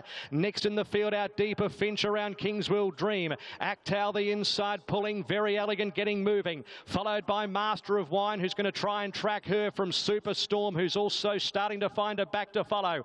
Back in the field now, Django Freeman, as they really pack up around the turn from Surprise Baby, Warning, and King of Leogrance's last as they clutter up. Ocean X at the 500 metres, the first to straighten from Harlem. They were followed by Finch presenting with Vow and Declare. Dallasan behind those. Toffee Tongue on the fence. Very Elegant with her chance down the middle. Then Master of Wine, Kingsville Dream behind them. Still Ocean X at the 250, but a wall's coming. Finch, Very Elegant, and Harlem and Toffee Tongue right up on the inside. It's Finch, Very Elegant and Toffee Tongue. Then Master of Wine, Superstorm. Finch, Very Elegant, Toffee Tongue. Dallasan between them. It's a head bob of the mare. The mare's got up, I think, Very Elegant maybe from Toffee Tongue. Dallasan or Finch, and then Warning and Eye Catcher from Harlem, Kingsville Dream, Master of Wine in a great Turnbull. Then Harlem Vow and Declare Django Friedman. Ocean X was in it for a fair way, and then came Superstorm, Surprise Baby, King of Leah Grants, and Actau. She'll get up all right. Very Elegant, her 5th Group 1. 5 Group 1s for a quality mare. Can she handle being on top of the ground? Damn straight she can, and there's your new Caulfield Cup favourite. She is a beauty. What a ride. Mark Zara wins. Chris Waller's a freak in this race. He's now won 5 out of the past 6. He Quinellas the race with Toffee Tongue, and well, Finch is in the calculations in regards to 3rd, so he might have even trifected the race. Very Elegant. Our Shark recorded a positive IVR of sort of 5 or 6 for the day, so I didn't have any doubts about her on a good track yesterday, but when it gets wet, she's a bit like Bozam. She's very effective on firm ground, but she's unbelievable on wet ground. Hutch did it pose good on good tracks, but she's elite on a wet track. She'll run the same sort of time on a good or a wet track, and the difference is that it brings more of the opposition into the game. I mean, what did she start a $5 favour after the race? There was 2 lengths between about 3/4 of the field. So good win, good ride. She got the job done, and I think she ran to her best. She's a real fighter. I mean, you've got to love that. She's got that intangible as well. She really wants to win. We saw it first up when she was clearly headed and fought back this prep, and she did it. Set weights and penalties. Very Elegant collects its 5th Group 1, its 3rd this year, its 1st anti-clockwise, completing a Chris Waller trifecta. Toffee Tongue and Finch, who was 2nd in the race last year, completing it. The significant move here, Hutch, at about the 1,000, sitting 4th last, you see Mark Zara get on his bike. Well, yeah, he got on the back of Finch, so Fanny Mellum on the stable. See the Very Elegant move unfolding as we speak, so she'll be flushed widest on the turn. Going to drop ½ a kilo into the Caulfield Cup. Significantly, Toffee Tongue will drop 2.5, and then 4th to 6th, Dallasan, Master of Wine and Warning will all drop at least 3 kilos each. Watch for Warning amongst those. Good closers late, but let's take in Very Elegant's victory in the Turnbull. Clutter up those. Toffee Tongue on the fence. Very Elegant with her chance down the middle. Then Master of Wine, Kingsville Dream behind them. Still Ocean X at the 250, but a wall's coming. Finch, Very Elegant, and Harlem and Toffee Tongue right up on the inside. It's Finch, Very Elegant and Toffee Tongue. Then Master of Wine, Superstorm. Finch, Very Elegant, Toffee Tongue. Dallasan between them. It's a head bob of the mare. The mare's got up, I think, Very Elegant maybe. And with that, let's welcome in Mark Zara after the victory aboard Very Elegant. So it was really tactical between he and Finch and Master of Wine. So Very Elegant looks like the #1 seed from a domestic point of view heading into the Caulfield Cup. We have a look at the market here, and we know that the internationals have touched down, and they're going to be here with a vengeance, we imagine. Obviously, Order of the Garter already locked in after its win in the Naturalism last week as well. Runs in behind, maybe some concern about the margin between first and the rest. Surprise Baby beaten 2.5 lengths back into 9th. What do we make of its run? Well, it was very good. It was held up for the top half of the straight, didn't get out till late. His late splits were very good once again. Like I said, so many in that race have run home in good time, suggesting that they haven't gone that quick, and it developed into a sprint home. So he didn't get out till it was all too late. It's the wrong kind of race shape for him. Warning's run 11.16 the final 200. He's grown a turn of foot in the last 6 months. Both runs back have been fantastic. And was savaging the line late as well. Incredible. Yeah. His first up run in the Maccabi Diva was super. Yeah. Jumped out of his skin, and yesterday was a step up again. So, albeit Dallasan's finished along similar form lines as 3-year-olds, but I think Warning has clearly gone to another level this spring. And if we get a wet and not just a wet Saturday. He flies in the wet. No need for Warning to leave Flemington, surely. All his best performances have been here. Well, he's one of many that will be going to the Caulfield Cup next, so he can just have that one extra run. But, of course, we know he's in the Melbourne Cup and that is his grand final. But only time he hasn't won in the last 6 years, it was Hartnell. Hartnell won it. So it went Preferment, Winks, Kingsville Dream, Very Elegant. These have been his winners, and for good measure, he trifected it. Unbelievable, isn't it? He's an amazing trainer, and this is an amazing mare. What's this? Her 5th Group 1? She just finds a way. She finds a way. No problem. We were a bit worried about her on dry tracks. That was a dry track yesterday. She just knows how to win. As I said, Toffee Tongue. Look at those 3 white bridles going across the line. Yeah. Toffee Tongue, out of South Australian Oaks. She could be a lightweight Caulfield Cup chance on that. Finch, isn't he, ticking along? He's just held him back. He give him 1 run in the Chelmsford, month or 5 weeks off. Another run here. I tell you what, I know he's had a couple of goes. At the Melbourne Cup, but he's only a lightly raced horse, Finch. What they've got to do when they get to the grand final, don't get nervous and want to ride him back in the field. You've got to let him stride that horse. And they haven't done that the last couple of years in the Melbourne Cup, and I reckon he'll run really well. We did identify... There's some other ticks there. Master of Wine, and that just tops him off. He'll run really well on his main target.